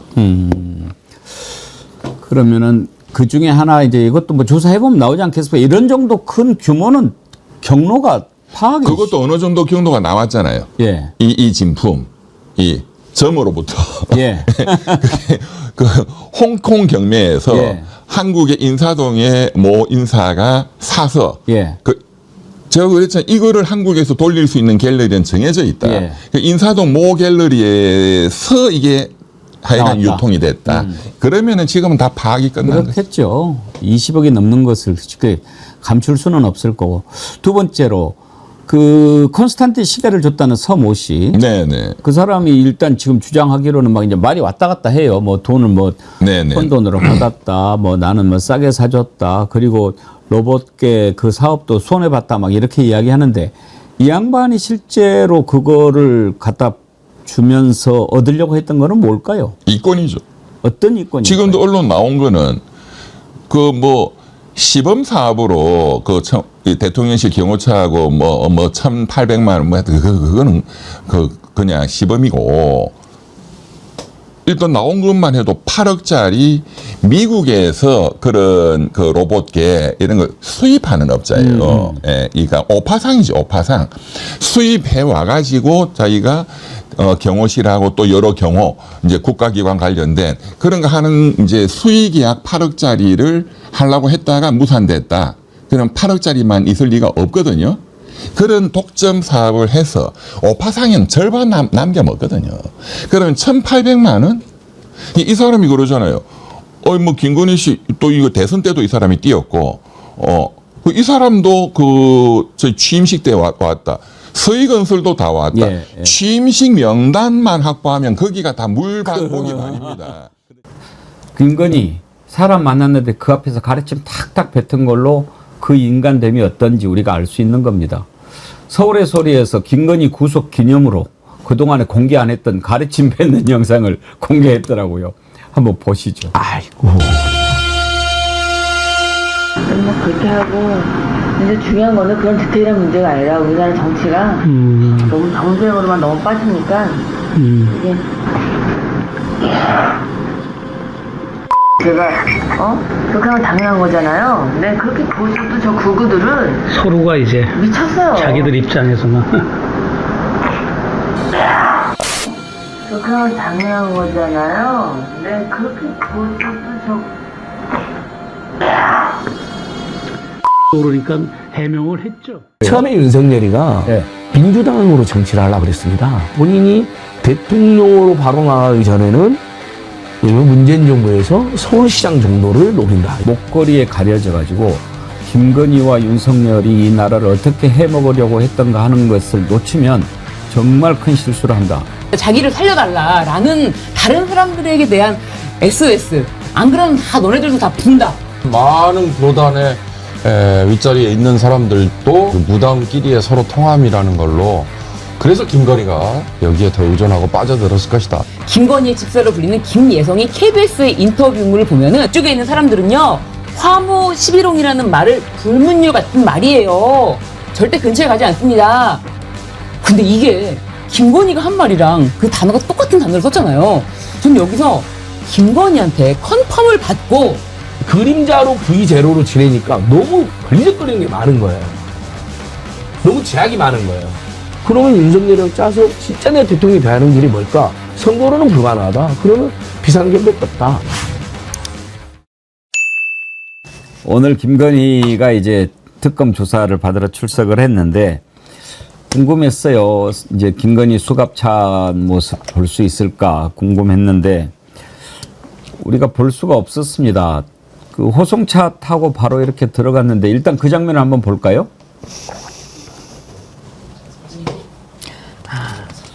예, 지금 법무부 호송차를 타고 특검 조사실로 향하는 장면인데 기사로는 수갑을 차고 호송됐다라고 하거든요. 근데 신유진 변호사님, 네. 공개를 하지 않은 걸까요? 아니면 원래 저렇게 하는 걸까요? 지난번에 윤석열도 만약에 출석하게 되면 맞아요. 수의 입은 모습을 볼 수는 없을 거다. 바로 조사실로 갈 거다. 그런 기사는 있었거든요. 네, 그렇게 이제 어느 정도는 다 미리 얘기해줬던 게 있었는데, 오늘 또 지금 조사 중에도 수의가 아니라 개인 사복을 착용할 수가 있도록 되어 있어서 개인 사복을 착용하고, 수갑, 보호 장비를 착용한 채 들어갔다고 하는데 사진을 제공하는 거는 안 하는 걸로 그렇게 좀 협의가 된 것 같아요. 네, 특검 측에서 그 언론에다가 뭐 이런 거는 이제 사진까지 제공하지 않겠다 이렇게 얘기가 된 것 같아요. 예. 수갑찬 모습 우리가 한번 봐야 되는데 윤석열도 저는 그렇게 생각해요. 저렇게 버티고 안 나오는 이유가 수의 입은 모습 보여주고 싶지 않아서 그러는 걸 거라고 생각합니다. 그거 아니겠어요? 그렇겠죠. 소장님? 네. 수갑, 수의. 전 뭐 여성에게 이런 거 너무 가혹한 얘기인지 모르겠습니다만은 화장 안 한 김건희 씨의 얼굴 그런 모습도 아마 본인은 굉장히 당혹스러워 이제 공개되는 걸 꺼렸지 않았을까. 그러길래 왜 이렇게 아나무인 저런 짓을 했을까. 저는 이따 말씀드리겠습니다만은요. 국무총리 비서실장 자리라는 1억 원 돈 주고 샀어요. 이게 도대체 나랍니까? 정말 분통이 터집니다. 예. 제가 아침에 그 오프닝에서 그런 얘기를 했는데 정말 곰곰이 어제 그런 생각을 해봤거든요. 뭔가 좀 찜찜해요. 윤석열 구속될 때만 해도 좀 이제 됐다 싶은데 김건희까지 구속이 되면은 이야 이렇게 될 줄 알았는데 뭔가 좀 마음 한켠에 찜찜함이 좀 남아 있어서 왜 그럴까 계속 생각해봤거든요. 네. 윤경호 소장님은 그런 기분 좀 안 드셨나요? 들고도 남죠. 그러니까 윤석열의 계엄, 내란 이건 뭐 형량이 뭐 사형 무기징역 그래서 이렇게 뭔가 하여튼 뭐 다 어떻게 보면 눈에 보이는데요. 이 김건희라는 여자가 했던 일은 빙산의 일각만 혹시 그럴 수도 있겠다 아니면 카더라 뭐 이런 것들이 하나하나 이렇게 속속속속 사실로 확인이 되고 있으니까 도대체 이걸 어떻게 단죄를 해야 될까. 그래서 이 더 찜찜함이라는 게 남는 거 아닌가. 이게 이제 앞으로 도대체 어디까지 국민들이 헉헉 소리를 내면서 놀래야 될까. 그런 점에서 그 앵커께서 말씀하신 찜찜함이라는 표현이 적확한 건지 아니면 다른 뭐 더 좀 더 정확한 걸 형용할 수 있는 단어가 좀 있었으면 좋겠습니다. 신주진 변호사님은 그런 기분 안 드셨나요? 아, 저는, 일단 잡아놨지 않습니까? 김건희를, 사실은 김건희는 구속시키기가 어렵다라는 말이 많이 있었거든요. 왜냐면 김건희는 일단 본인의 신분이 일반인이기 때문에 자신은 신분상의 어떤 그런 걸 할 수 있는 그런 게 없다. 권한이 없다라고만 일단 얘기를 하고, 그리고 결정적인 것은 다 진술일 텐데 이런 거에 대해서도 부인하고 이러면은 구속이 될까?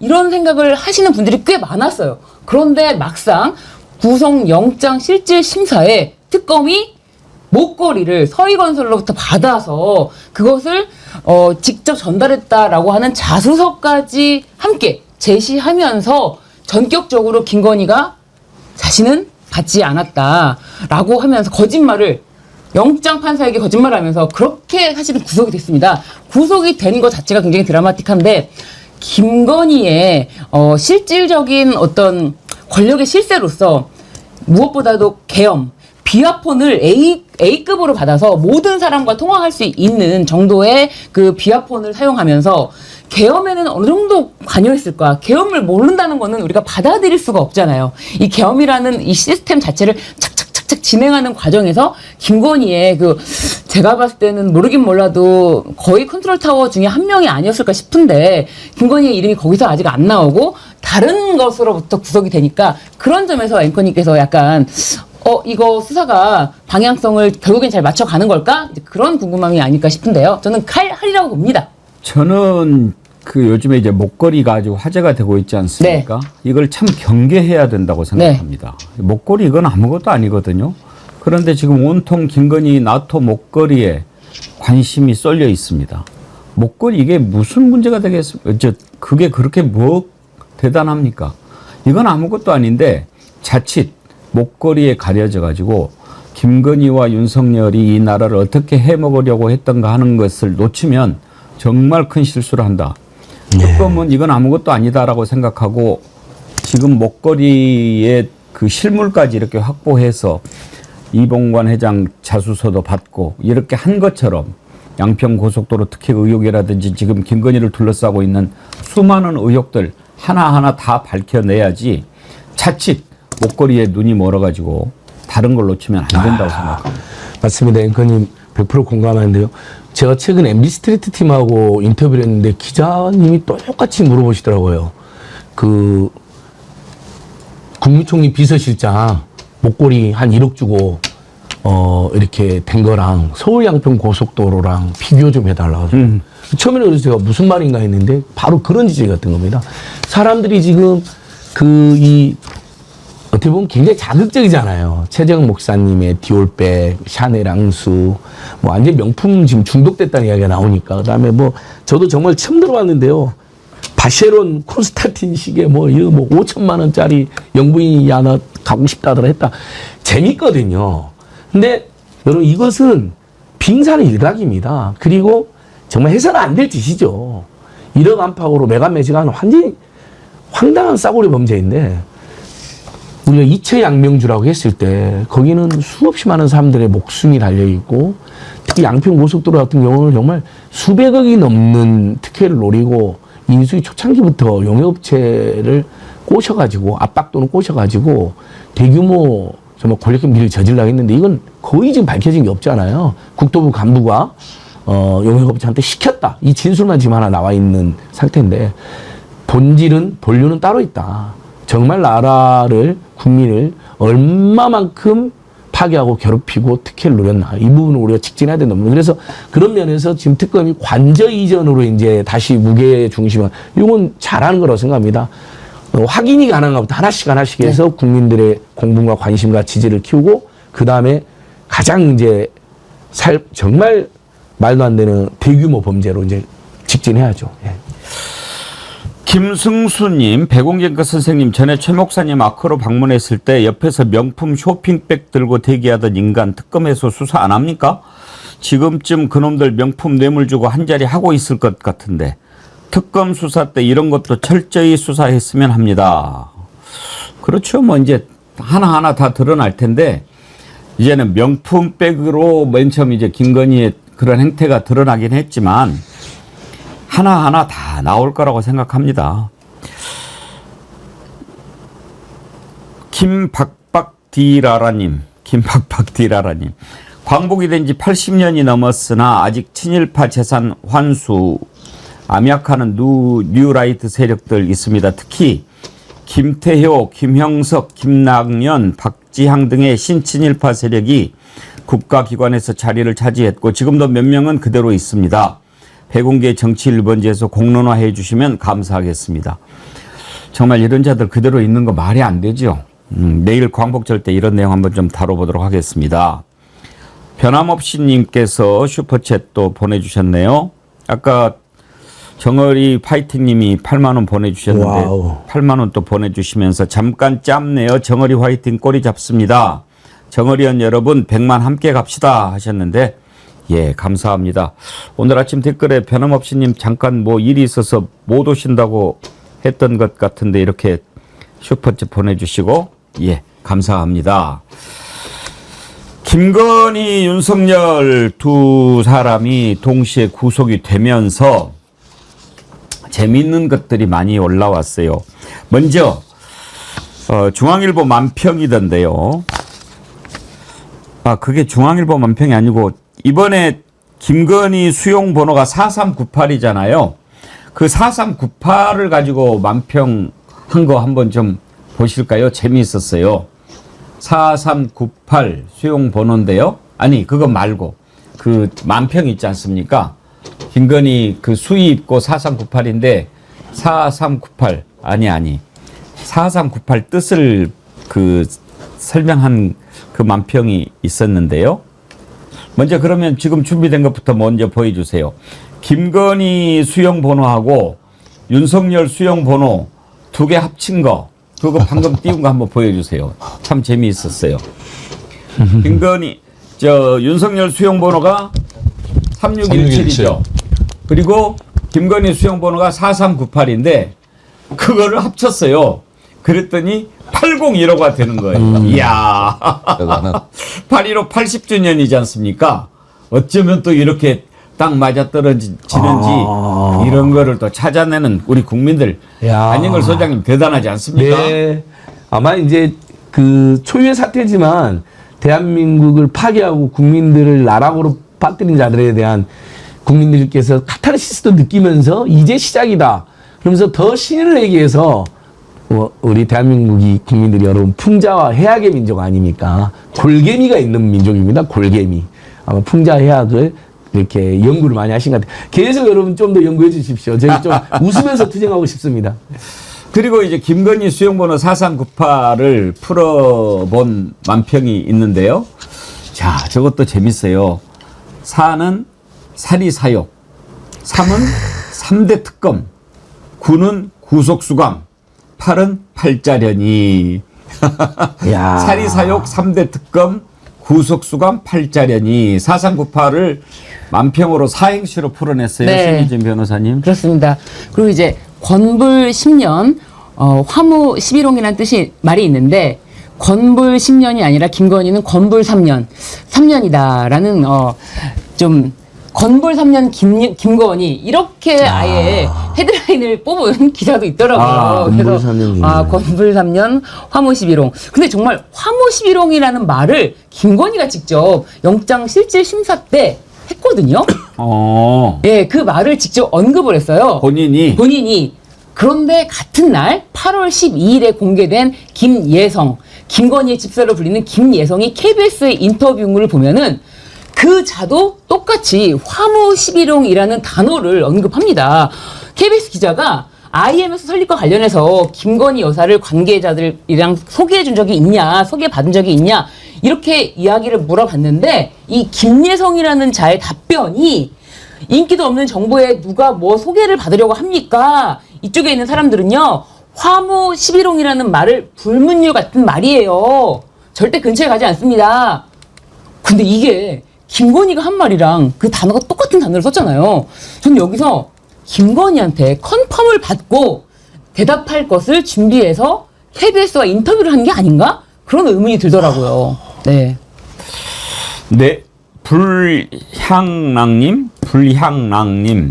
야, 불향랑님도 대단하시네. 불향랑님은 4398을 우리말로 내 삶 구판. 내 삶 구판. 내 삶은 구판이다. 내 삶은 삶 구판이야 그냥 구판. 자, 불향랑님 4398 내 삶 구판. 예. 아 좋은데요. 예. 정어리 선크림 보내드리도록 하겠습니다. 야, 축하합니다. 축하드립니다. 네. 예, 센스 짱입니다. 임승규님은 4398 외우기 쉽다. 김건희 무속 숫자 5를 중심으로 4398은 4321과 9876의 합숫자 두 개를 딴 것. 이건 좀 복잡한데요. 아 복잡하네요. 예, 예, 세상.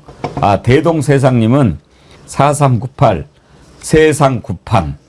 대상 구판. 아. 근데 이 김건희는 무속 관련된 것은 반드시 밝혀내야 될 겁니다. 왜냐하면 김건희가 나라를 망치는 게 여러 가지가 있었죠. 근데 그 시작이 손바닥 왕자로 시작된 무속이었는데 그 뒤로 수많은 무속인들과 함께 하면서 무속에 따라서 국가의 주요 정책에 영향을 미치고 그리고 이렇게 다 뭐 헤쳐 먹으면서도 무속과 관련된 것이 나를 지켜줄 거야라고 하는 헛된 믿음이 있지는 않았을까.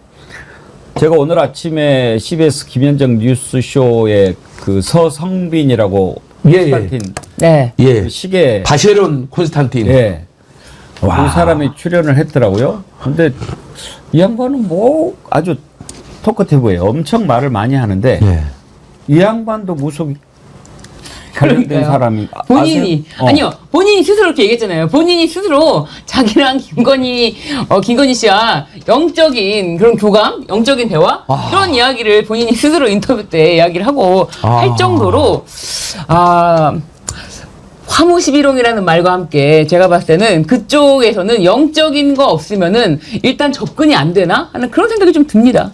서성빈 씨가 본인이 직접 얘기했는데 한번 들어보시죠. 예. 나도 그 부분에 아주 뭐 그 저 과시를 하던데요. 아니, 그러니까 내가 선거 때 내가 이런 공부도 좀 한 사람이에요. 주역 공부도. 그러니까 주역이요? 예. 그랬고 그럴 때 나한테 물어보면 이렇게 내가 뭐 카운셀링도 하고 나는 공부를 많이 한 사람이에요. 예, 그리고 예. 이렇게 자판 깔고 돈 버는 그 정도가 아니라 어릴 때부터 그래갖고 뭐 그런 조언을 많이 했고 그런 거를 문의도 해오고 맨 처음에 서울시장 나가려고 그랬던 사람들이에요. 누가요? 저 윤통이. 윤석열 전 대통령이 서울시장 나가려고 했어? 예. 대선은 꿈도 안 꿨죠. 제가 그건 운이 없어서 안 되니까 대선 때는 그때 운이 있으니까 그때 나가려면 나가셔라 그런 거예요. 저 부분은 난 좀 뭐 이해가 좀 안 되는데 아무튼 본질은 김건희가 만난 사람들은 다 그쪽이에요. 그러니까 이제 추정입니다. 김건희 본인이 신내림 비슷한 무당기. 예. 무당은 무당을 알아본다는 거예요. 급이 더 훨씬 높은, 훨씬 더 기가 센 무당에 대해서는 그냥 무조건 복종하고 그 사람을 무조건 따른다. 그러니까 참 뭐 논란의 여지가 많은 얘기입니다만은 지금 대한민국의 한 교단의 좌장에 오른 사람들 치고 그런 류의 신내림 내지는 상대를 제압하는 이런 무당기가 없인 거 불가능하다. 이런 심지어 기독교계에 뭐 큰 뭐 교회당을 이루는데 뭐 성공을 한 분들도 사실은 젊었을 때 그리고 그 이후에도 그런 무당기. 그러니까 이게 무당은 무당을 알아본다는 것 때문에 김건희가 거기에 빠져드는 건 물론이고 주변에 무당으로서 뭔가 역량을 발휘하는 사람에 대해서는 무한 신뢰 내지는 무한 의존을 하게 될 수밖에 없는 거 아닌가. 그러니까 지금 거론되는 많은 분들이 다 사실은 한번 뭐 이건 뭐 바로 그냥 뭐 저한테 뭐 저 공격 들어올 수도 있을 것 같아서 제가 실명을 얘기하기에 참 자신이 없습니다만 지금 거론되는 많은 교단의 윗자리에 있는 사람들도 저는 그런 류의 그 무당끼리의 서로 통함이라는 걸로 그래서 김건희가 여기에 더 의존하고 빠져들었을 것이다. 그 말에 저는 굉장히 많이 신뢰를 합니다. 바가무님, VHAMOON님, 앵커님 뒷배경 너무 시원합니다. 김건희 들어가니 이렇게 시원하네요. 여름은 최고로 더울 때 가을을 느끼듯이 부패가 최고조로 달하니 새 세상이 보입니다. 그래요. 요즘에 또 그 윤석열, 김건희를 연결시켜준 사람이 조남욱이 아니고 최은순의 진술에 하면 무정이라고 하잖아요. 무정.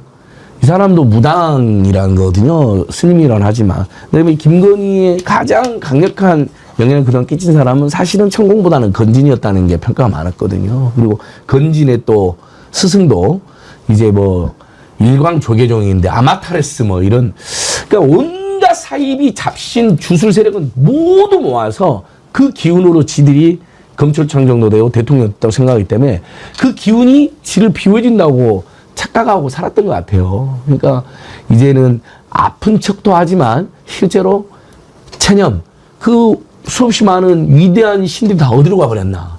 다 그 사이비 주술 세력들이 없어지는 거죠. 그러니까 체념한 거 아닌가 싶은데, 저는 아까 그 서모 씨가 이야기한 것 중에 서울시장설, 그게 예전에 아주 터무니없는 게 아닙니다. 그래요? 처음에 윤석열이가 네. 민주당으로 정치를 하려고 그랬습니다. 당시에는요.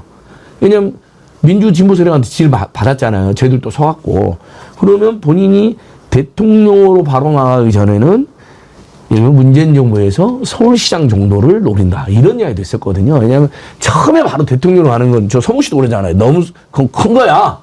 일단 서울시장이 하니까 서울시장 한 다음에 대통령. 이런 설도 있었거든요. 그러니까 이 서모 씨가 허황된 사람 그런 측면이 분명히 있어 보이지만 이야기하는 거 보면 투머치 토크들이 엄청 재밌더라고요. 앞으로도 재밌게 더 나올 것 같던데요.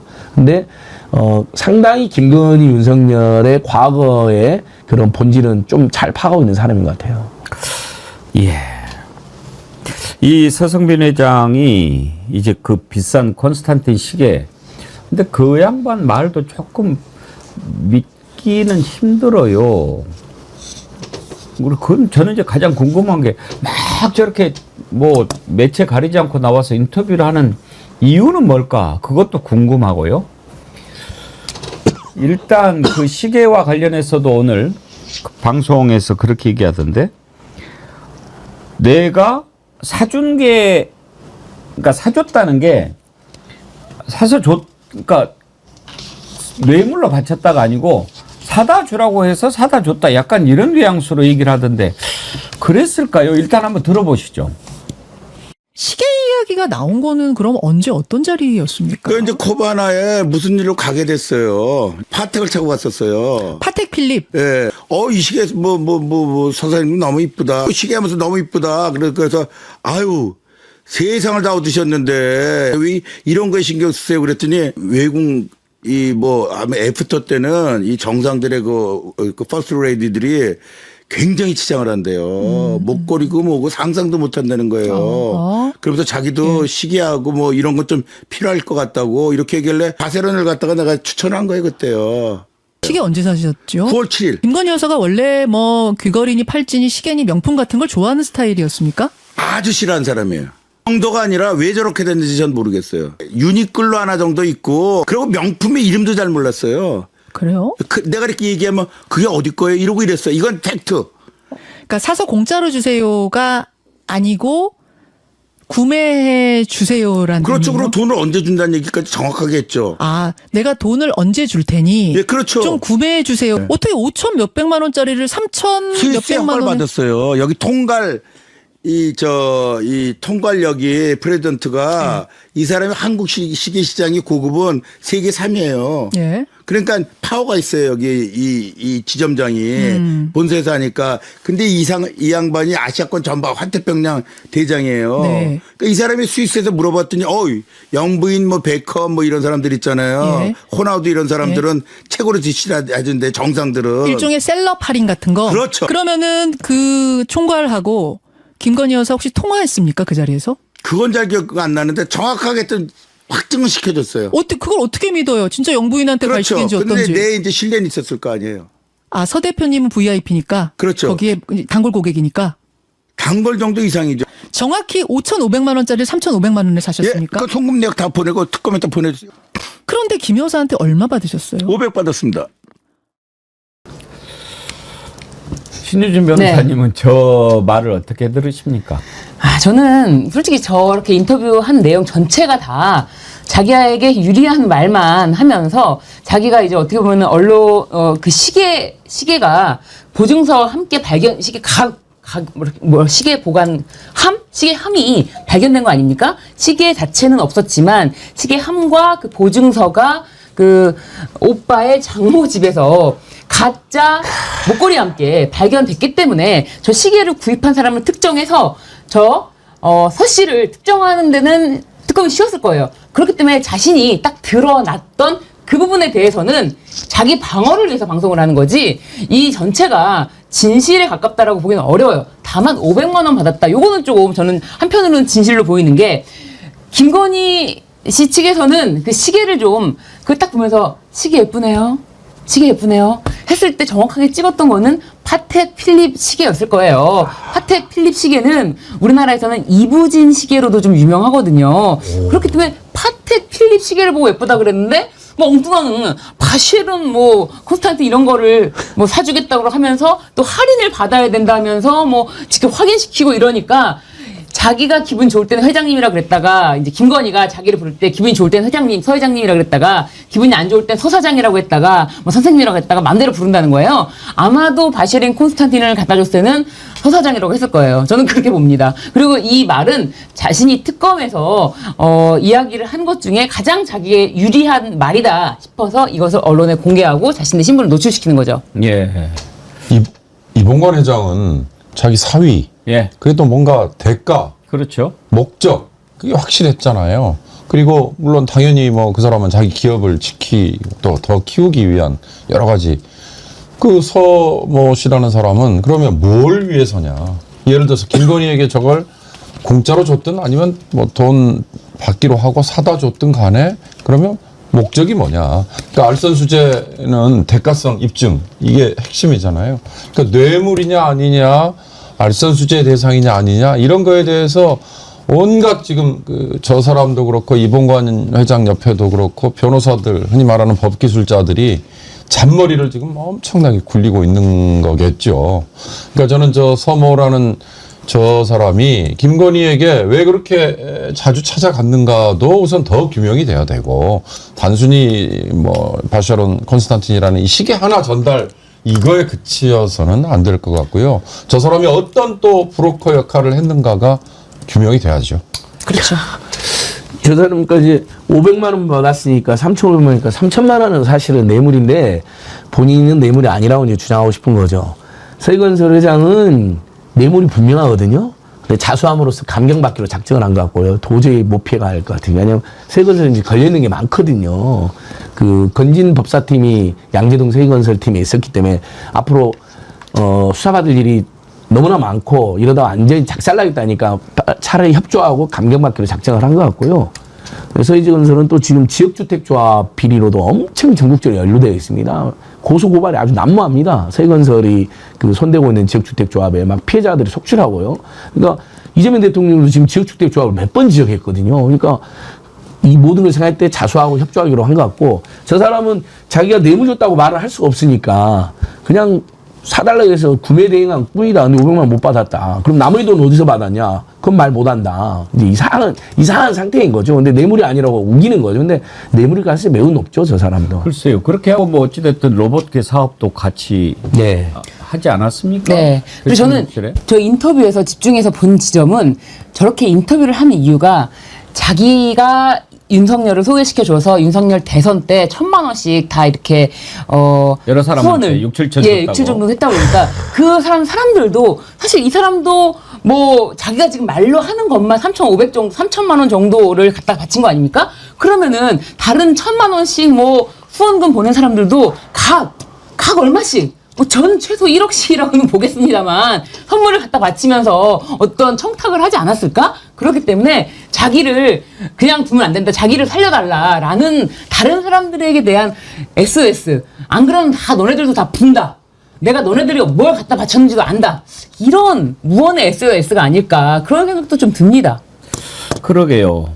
김건희는 진작 간파했지요. 이명수 기자랑 통화할 때 보면 그런 말 하지 않나요? 권력이란 말이야. 다 알아서 자기들이 알아서 해. 우리가 정권만 잡으면 그렇게 얘기하지 않았어요? 그 뇌물이다 아니다. 그러니까 김건희가 그렇게 얘기했다는 거 아니에요? 저 서 대표라는 사람한테. 아, 그 시계 좋네. 어? 나 외국에 나가면 뭐 시계도 막 있고 그래야 되는데 그랬다는 거 아니에요? 네. 그거는 가져와라는 거죠. 그러니까요. 콕 집어서 예. 시계 예쁘네요. 예. 그 시계 예쁘네요. 그런 건데 세상에 그거 파텍 필립이 아니라 다른 시계로. 아, 그러니까 사장이라고 기분이 안 좋을 때는 사장이라고 불렀다는 거 아닙니까? 그리고 저는 요 자신이 주선을 해서 6, 7천만 원 정도 후원을 했다.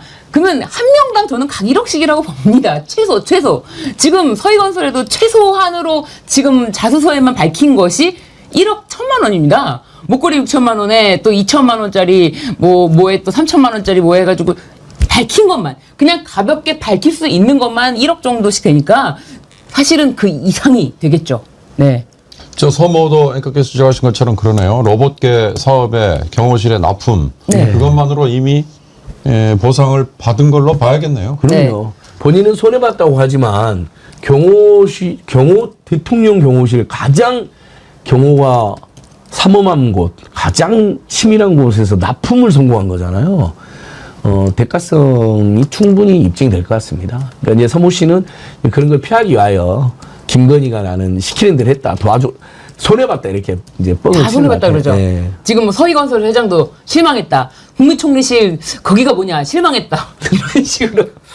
그 이봉관 회장은 이제 세상이 이쪽으로 돌아가니까 완전히 태도 폐쇄 전환해가지고 여기 진품이 있습니다. 자수합니다. 그렇게 하지 않았습니까?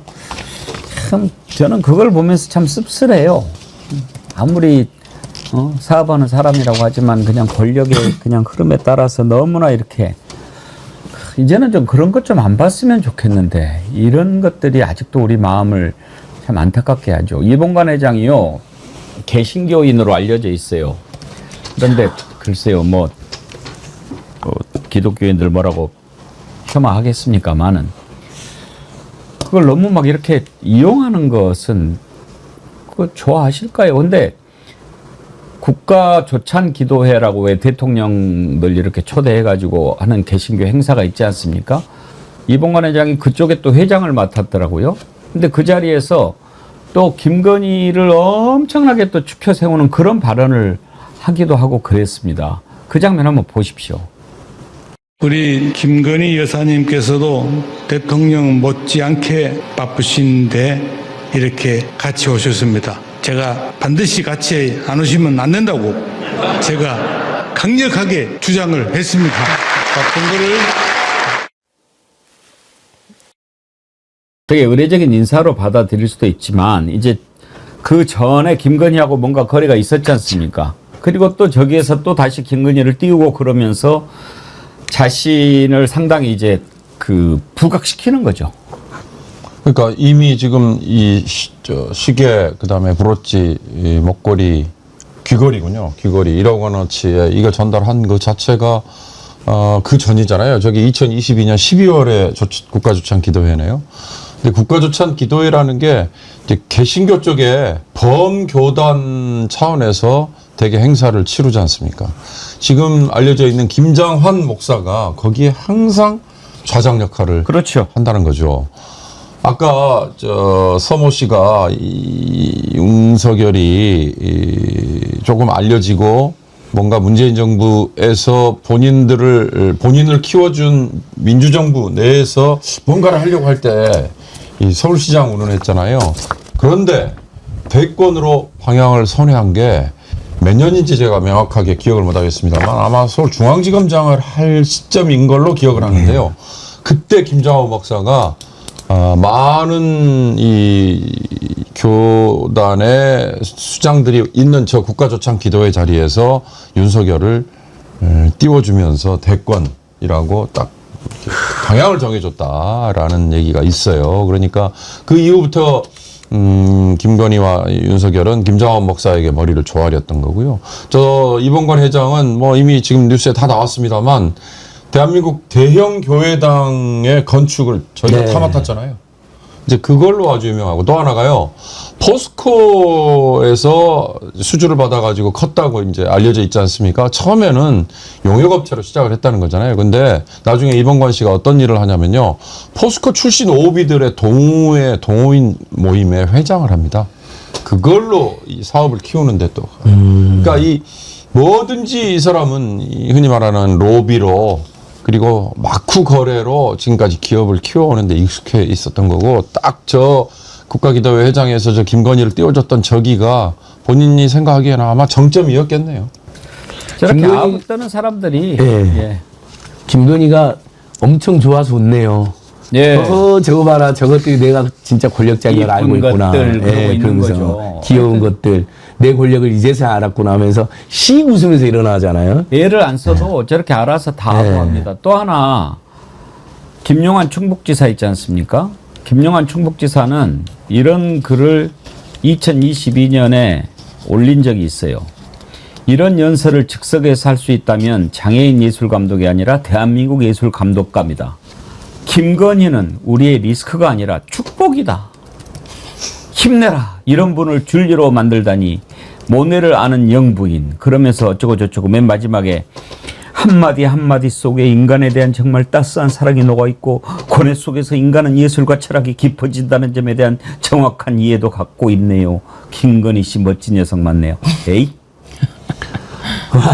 시인이라는 자가 말이지. 김용환 지사가 말이죠. 경기도지사 선거 때 이재명 후보한테 뭐라고 했는지 지금도 생생히 기억나지 않습니까? 당신 같은 거짓말장이하고 이렇게 같이 앉아서 토론하는 것 자체가 자기는 뭐 어떻게 막 그렇게 얘기를 했는데 지난번에 오송 참사 그 현장에 이재명 대통령 갔을 때 이렇게 하고 있는 그 모습 기억나시지 않습니까? 네, 기억납니다. 아무리 그래도 그렇지 자기 자신을 속이면서까지 저렇게 해야 되는가? 저는 그런 것들이 너무 슬퍼요.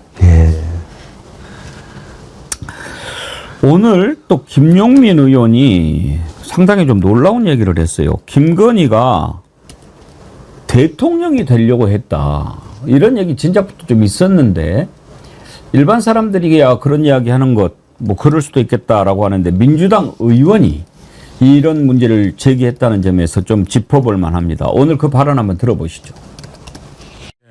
실제 김건희의 본심은 내가 정권을 잡는다는 것에 방점이 찍혀 있었던 것이라고 지금 보면 처음부터 그렇게 생각됩니다. 제가 말씀드리는 이 흐름에 보면 결국에 김건희는 자기가 대통령 실제 되려고 했습니다. 저는 그게 12.3 내란의 굉장히 중요한 목표라고 봐요. 그러면은 12.3 비상계엄을 선포하고 내란을 저질러서 만약에 이 사람들이 성공했으면 그 다음 스텝이 뭐였느냐 하면 국회를 해산시키고 비상입법기구를 만드는 것이었습니다. 그리고 비상입법기구를 만들고 헌법을 개정하겠다라는 것들이 노상원 수첩에 다 나와 있지 않습니까? 헌법을 개정해서 대통령 직선제를 폐지하고 대통령을 비상입법기구에서 뽑는 방식, 예전에 체육관 선거 이런 방식으로 하면 그 다음 대통령은 김건희가 될 수 있죠. 저런 걸 우리 국민들이 그다 눈 뜨고 보겠습니까만 아무튼 저런 얘기가 나오는데 안정걸 소장님 가능한 얘기입니까? 그럼 저희들도 예전에 계엄 이후 했을까?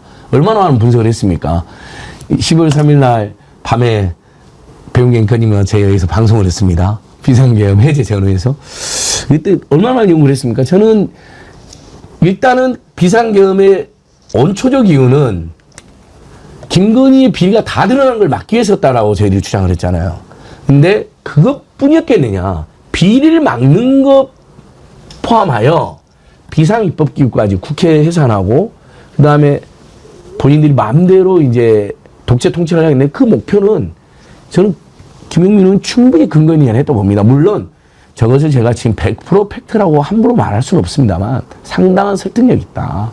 김건희의 오록을 종합하면요. 내가 집권하면 그 다음에 또 이명수가 인터뷰하자 그럽니다. 그러니까 나는 요즘 대통령이나 바쁘니까 우리 오빠를 인터뷰하라는 대목이 나오고요. 그 다음에 최재형 목사한테 내가 이 자리에 있어 보니까 조국을 통일할까 곧 있으면 이렇게 조국 통일에 나선다 하잖아요. 본인이 대통령을 생각했습니다. 근데 또 대통령이 되려고 했냐? 아닙니다. 본인이 대통령을 생각하고 이봉관이한테도 그런 칭찬을 받고 최태원이한테도 진짜 별짓을 했죠. 근데 계속 본인은 영부인으로 취급받았잖아요. 어쨌든 집무실 부속실 이 제2부속실 그래서 안 되겠네. 내가 진짜 대통령이 돼야겠네라고 저는 충분히 맘먹었다 생각. 그림자로 V0로 지내니까 너무 걸리적거리는 게 많은 거예요. 너무 제약이 많은 거예요. 그러면 윤석열이랑 짜서 진짜 내가 대통령이 되는 길이 뭘까? 선거로는 불가능하다. 그러면 비상경밖에 없다.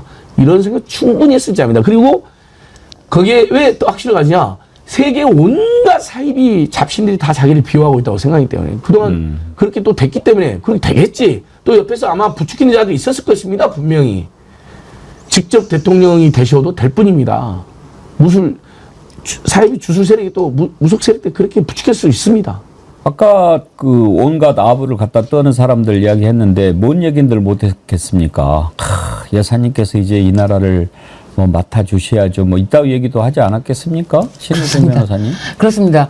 이 비상계엄을 통해서 김건희 사실은 힐건희 프로젝트라는 것을 예전부터 가동시키고 있었지만 본격화하는 작업을 착수한다. 그래서 장기 집권의 꿈을 실현하고자 비상계엄을 했다. 계엄을 선포했다라고밖에 볼 수가 없거든요. 왜냐하면 사실상 계엄을 전격적으로 그렇게 그것도 화요일 밤 그렇게 한 게 여러 가지 주술적인 의미랑 좀 겹치지 않습니까? 뭐 1000일 되는 날 집권한 지 1000일 되는 날 계엄을 선포했다부터 해가지고 이거는 김건희의 그림자가 어른거리는 계엄이기 때문에 계엄에서 김건희의 역할을 밝히는 게 무엇보다도 급선무라고 보여집니다.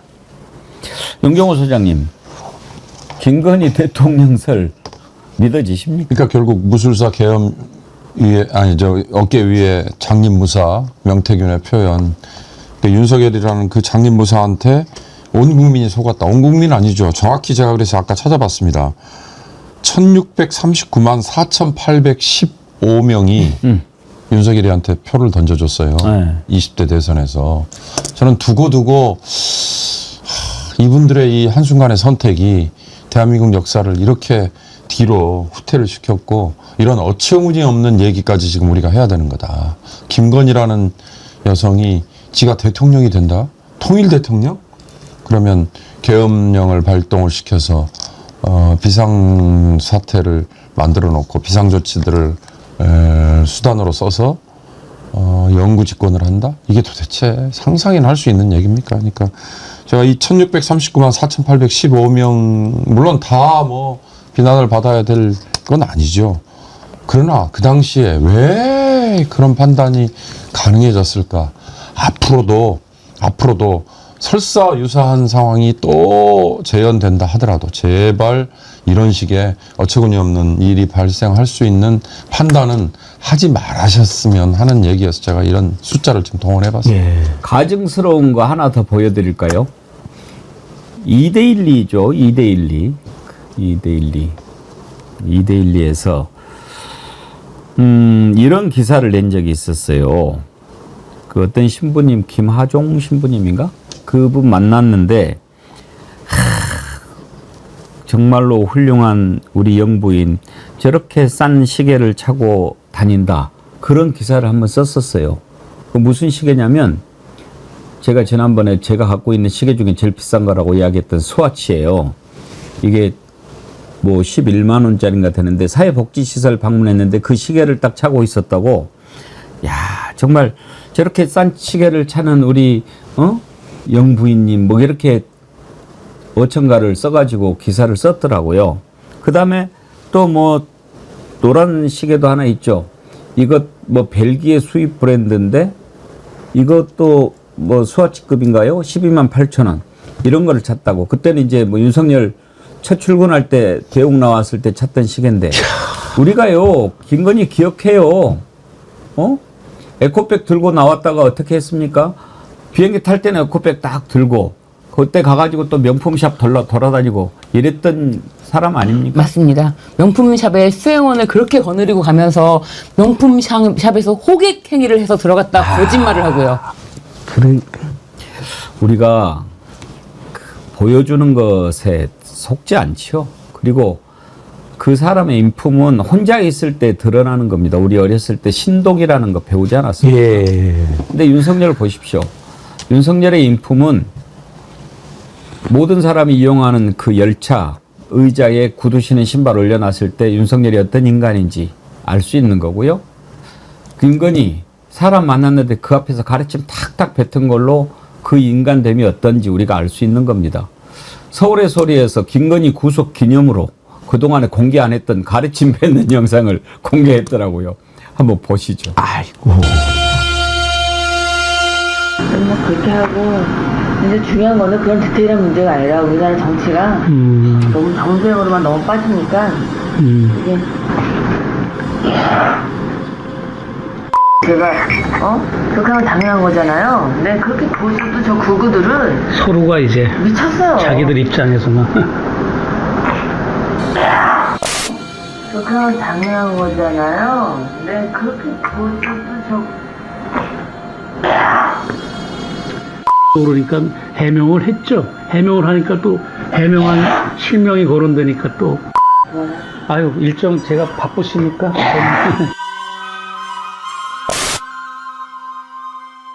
그런 사람은 아니고. 네. 유튜버들 있잖아. 얘네들 방송에서 막 되게 난리나요? 왜?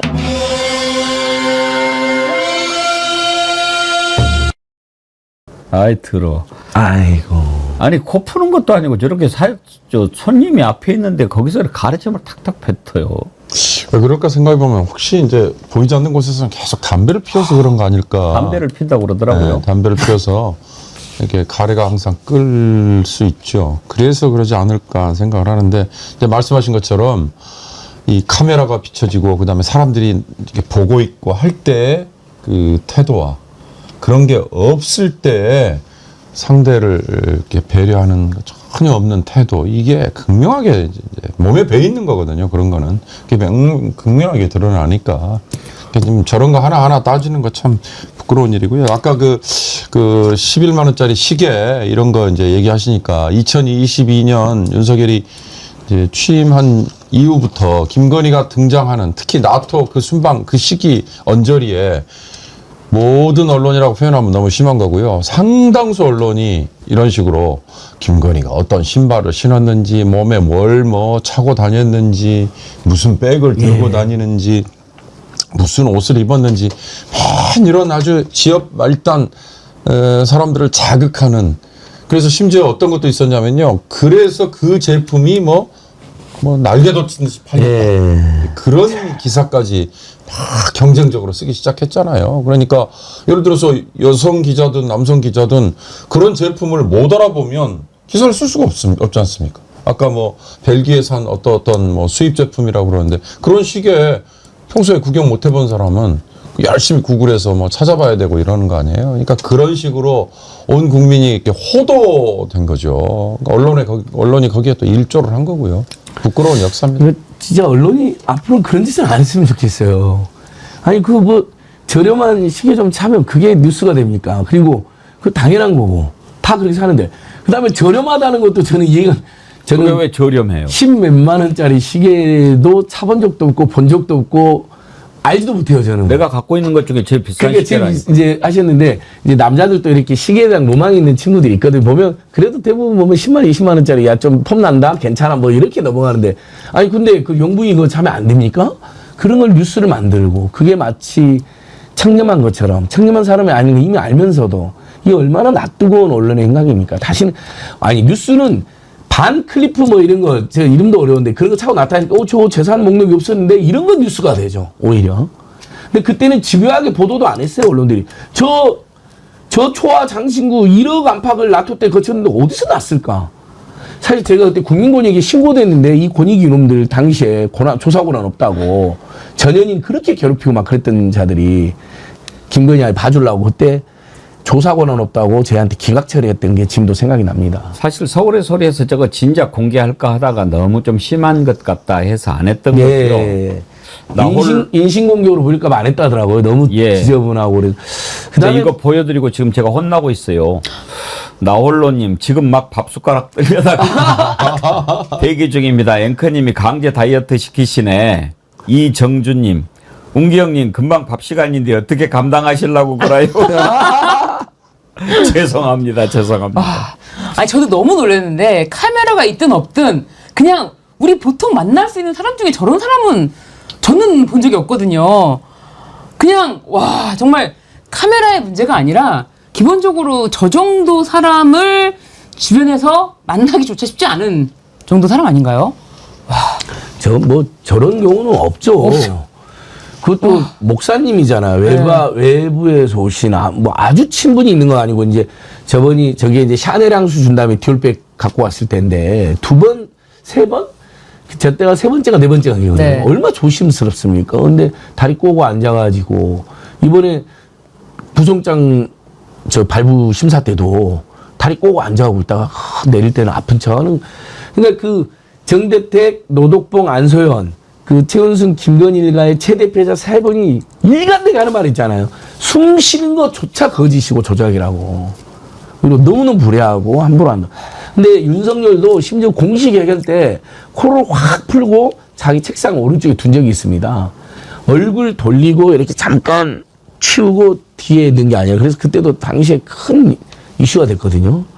부부가 똑같은 거죠. 너무 창피한 일입니다.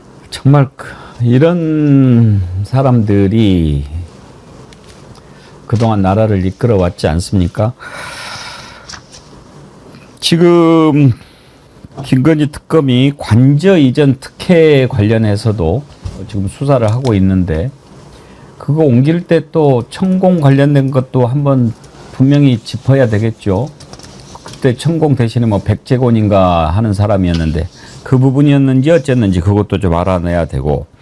그런데 관저 그 공사를 주도했던 데가 21g인가 하는 이상한 회사 아닙니까? 그 21g의 대표의 와이프가 시계 사고 뭐 목걸이 사고 그럴 때 또 같이 다녔다는 거 아니에요? 샤넬백을 교환할 때 네. 예, 유경옥 행정관이랑 같이 동행했던 사람이라고 밝혀져 있습니다. 그런 데가 공사를 했는데 거기에서 하청을 준 데가 다 무자격이었고 막 그랬어요. 그랬는데도 감사원에서 감사를 어떤 식으로 했습니까? 그때 최재해 감사원장 그 21g을 누가 추천했느냐 그렇게 물어봤더니 감사를 안 했다고 그래요. 왜 안 했냐? 그것을 중요하다 생각하지 않았다고. 뭐가 중요한지도 모르는 자가 감사원장에 앉아 있는 거 아닙니까? 그때 발언 한번 들어보시죠. 21g을 누가 추천했는지는 저희들은 이번 감사에서 키포인트라고 생각하지 않습니다. 21g을 누가 추천했는지 기억이 나지 않습니까? 기억이 안 나니까 말씀을 못 드리는 네. 것 저도 안타깝습니다. 그럼 김건희 여사가 추천했습니까? 그런 사실이 없습니다. 저 표정 한번 보십시오. 저 김호진이 관리비서관이 갔는데 국토부 차관했던 그러다가 국토부 1차관으로 영전합니다. 그러니까 네. 지금 생각해보면 김호진 저자가 양평고속도로 의혹의 가장 핵심 인물이 그렇죠. 아닌가 핵심 중에 싶은데요. 하나고요. 그 이명박 때 무슨 그 관저 관리 비서관 같은 거 있었습니다. 그래서 관저 이전에는 전문성이 있었습니다. 근데 국토부와 관련한 것은 전공도 저희는 연구를 했잖아요. 그래서 전공도 정책과 국토부 아무 상관이 없는데 배공구하고 김호진 1차관 바로 돼버립니다. 인수에 파견 났다가. 이 두 사람과 원희룡이 짜고 서울 양평고속도로 특혜를 주고 영전한 거다. 저는 이렇게 보고 있습니다. 근데 저렇게 뻔뻔합니다. 21g 다 밝혀졌는데도 기억도 안 난다. 그러니까 21g 그 관저 짓는 것도 분명히 이제 문제가 많이 있지만 그 일에 깊숙이 개입했던 자가 그때 당시 관리비서관인 저자잖아요. 네, 김호진. 근데 이제 저자가 그 다음에 국토부 1차관까지 갔다. 그러면 사실은 원희룡은 핫바지고 저자가 가장 깊숙이 개입한 게 아니겠느냐. 양평고속도로 특혜 의혹을 안진걸 소장님이 누구보다 잘 아시니까 저자의 개입한 것이 어느 정도 좀 드러나지 않습니까? 핵심 인물로 지금 지목이 되고 있습니까? 예. 그러니까 다시 말하지만 아무 전문성도 없고 국토부 관련 경력이 하나도 없는데 김건희 관저 이전 특혜를 주도했다는 유만으로 국토부 1차관이 돼버립니다. 그 다음에 배공국도 인수에 있었는데 국토부 2차관이 됩니다. 그리고 원희룡과 셋이 주도했다고 봐야 되는 것이죠. 근데 김호진이는 그 다음에 한국공항공사 사장을 가고 싶었는데 노조랑 시민단체 반대해서 못 갔습니다. 결국 13 내란 사태 터지면서 더더욱 못 가게 됐죠. 그 뭐 완전히 내전까지 돼 있지 않았습니까? 서영교 의원도 그때 코바나 콘텐츠 후원사였던 21g 증축공사와 관련해서 질문한 내용이 있는데 한번 들어보시죠. 관절을 증축하고 보강 공사를 해야 돼요. 코바나 콘텐츠 후원회사였던 21g이 선정됐어요. 21g은 증축 공사 할 수 있습니까? 없습니까? 거기는 할 수 없는 업체로 알고 있습니다. 할 수 없는데 그러면 이렇게 코바나 콘텐츠 후원사였던 21g이 내부 인테리어를 하고 증축 공사를 하면 됩니까? 안 됩니까? 증축 공사는 21g에서 안 한 것으로 알고 있습니다. 원담에다 맡겼죠. 그럼 원담이 했습니까? 증축 공사? 그거 말고 또 다른 업체가 한 걸로 알고 있습니다. 다른 업체가 있어요. 원담하고 계약하고 다른 업체가 있어요. 그 다른 업체는 무면허예요, 아니에요? 무면허예요, 아니에요? 거기도 무면허예요. 이거는 뭡니까 도대체? 예. 원래 오늘 서영교 의원 2부에 좋은 사람 나쁜 사람 예정이 돼 있었는데요. 지금 서영교 의원께서 인도네시아 출장을 갔는데 인도네시아 대통령이 미팅을 하루 미루는 바람에 오늘 못 오시게 됐습니다. 그래서 양해를 부탁드린다고 우리 정을 의원님들한테 인도네시아에서 서영교 올림 이렇게 보내오셨습니다. 우리가 또 이해를 해드려야죠. 국가적으로 중요한 일을 하러 가셨으니까요.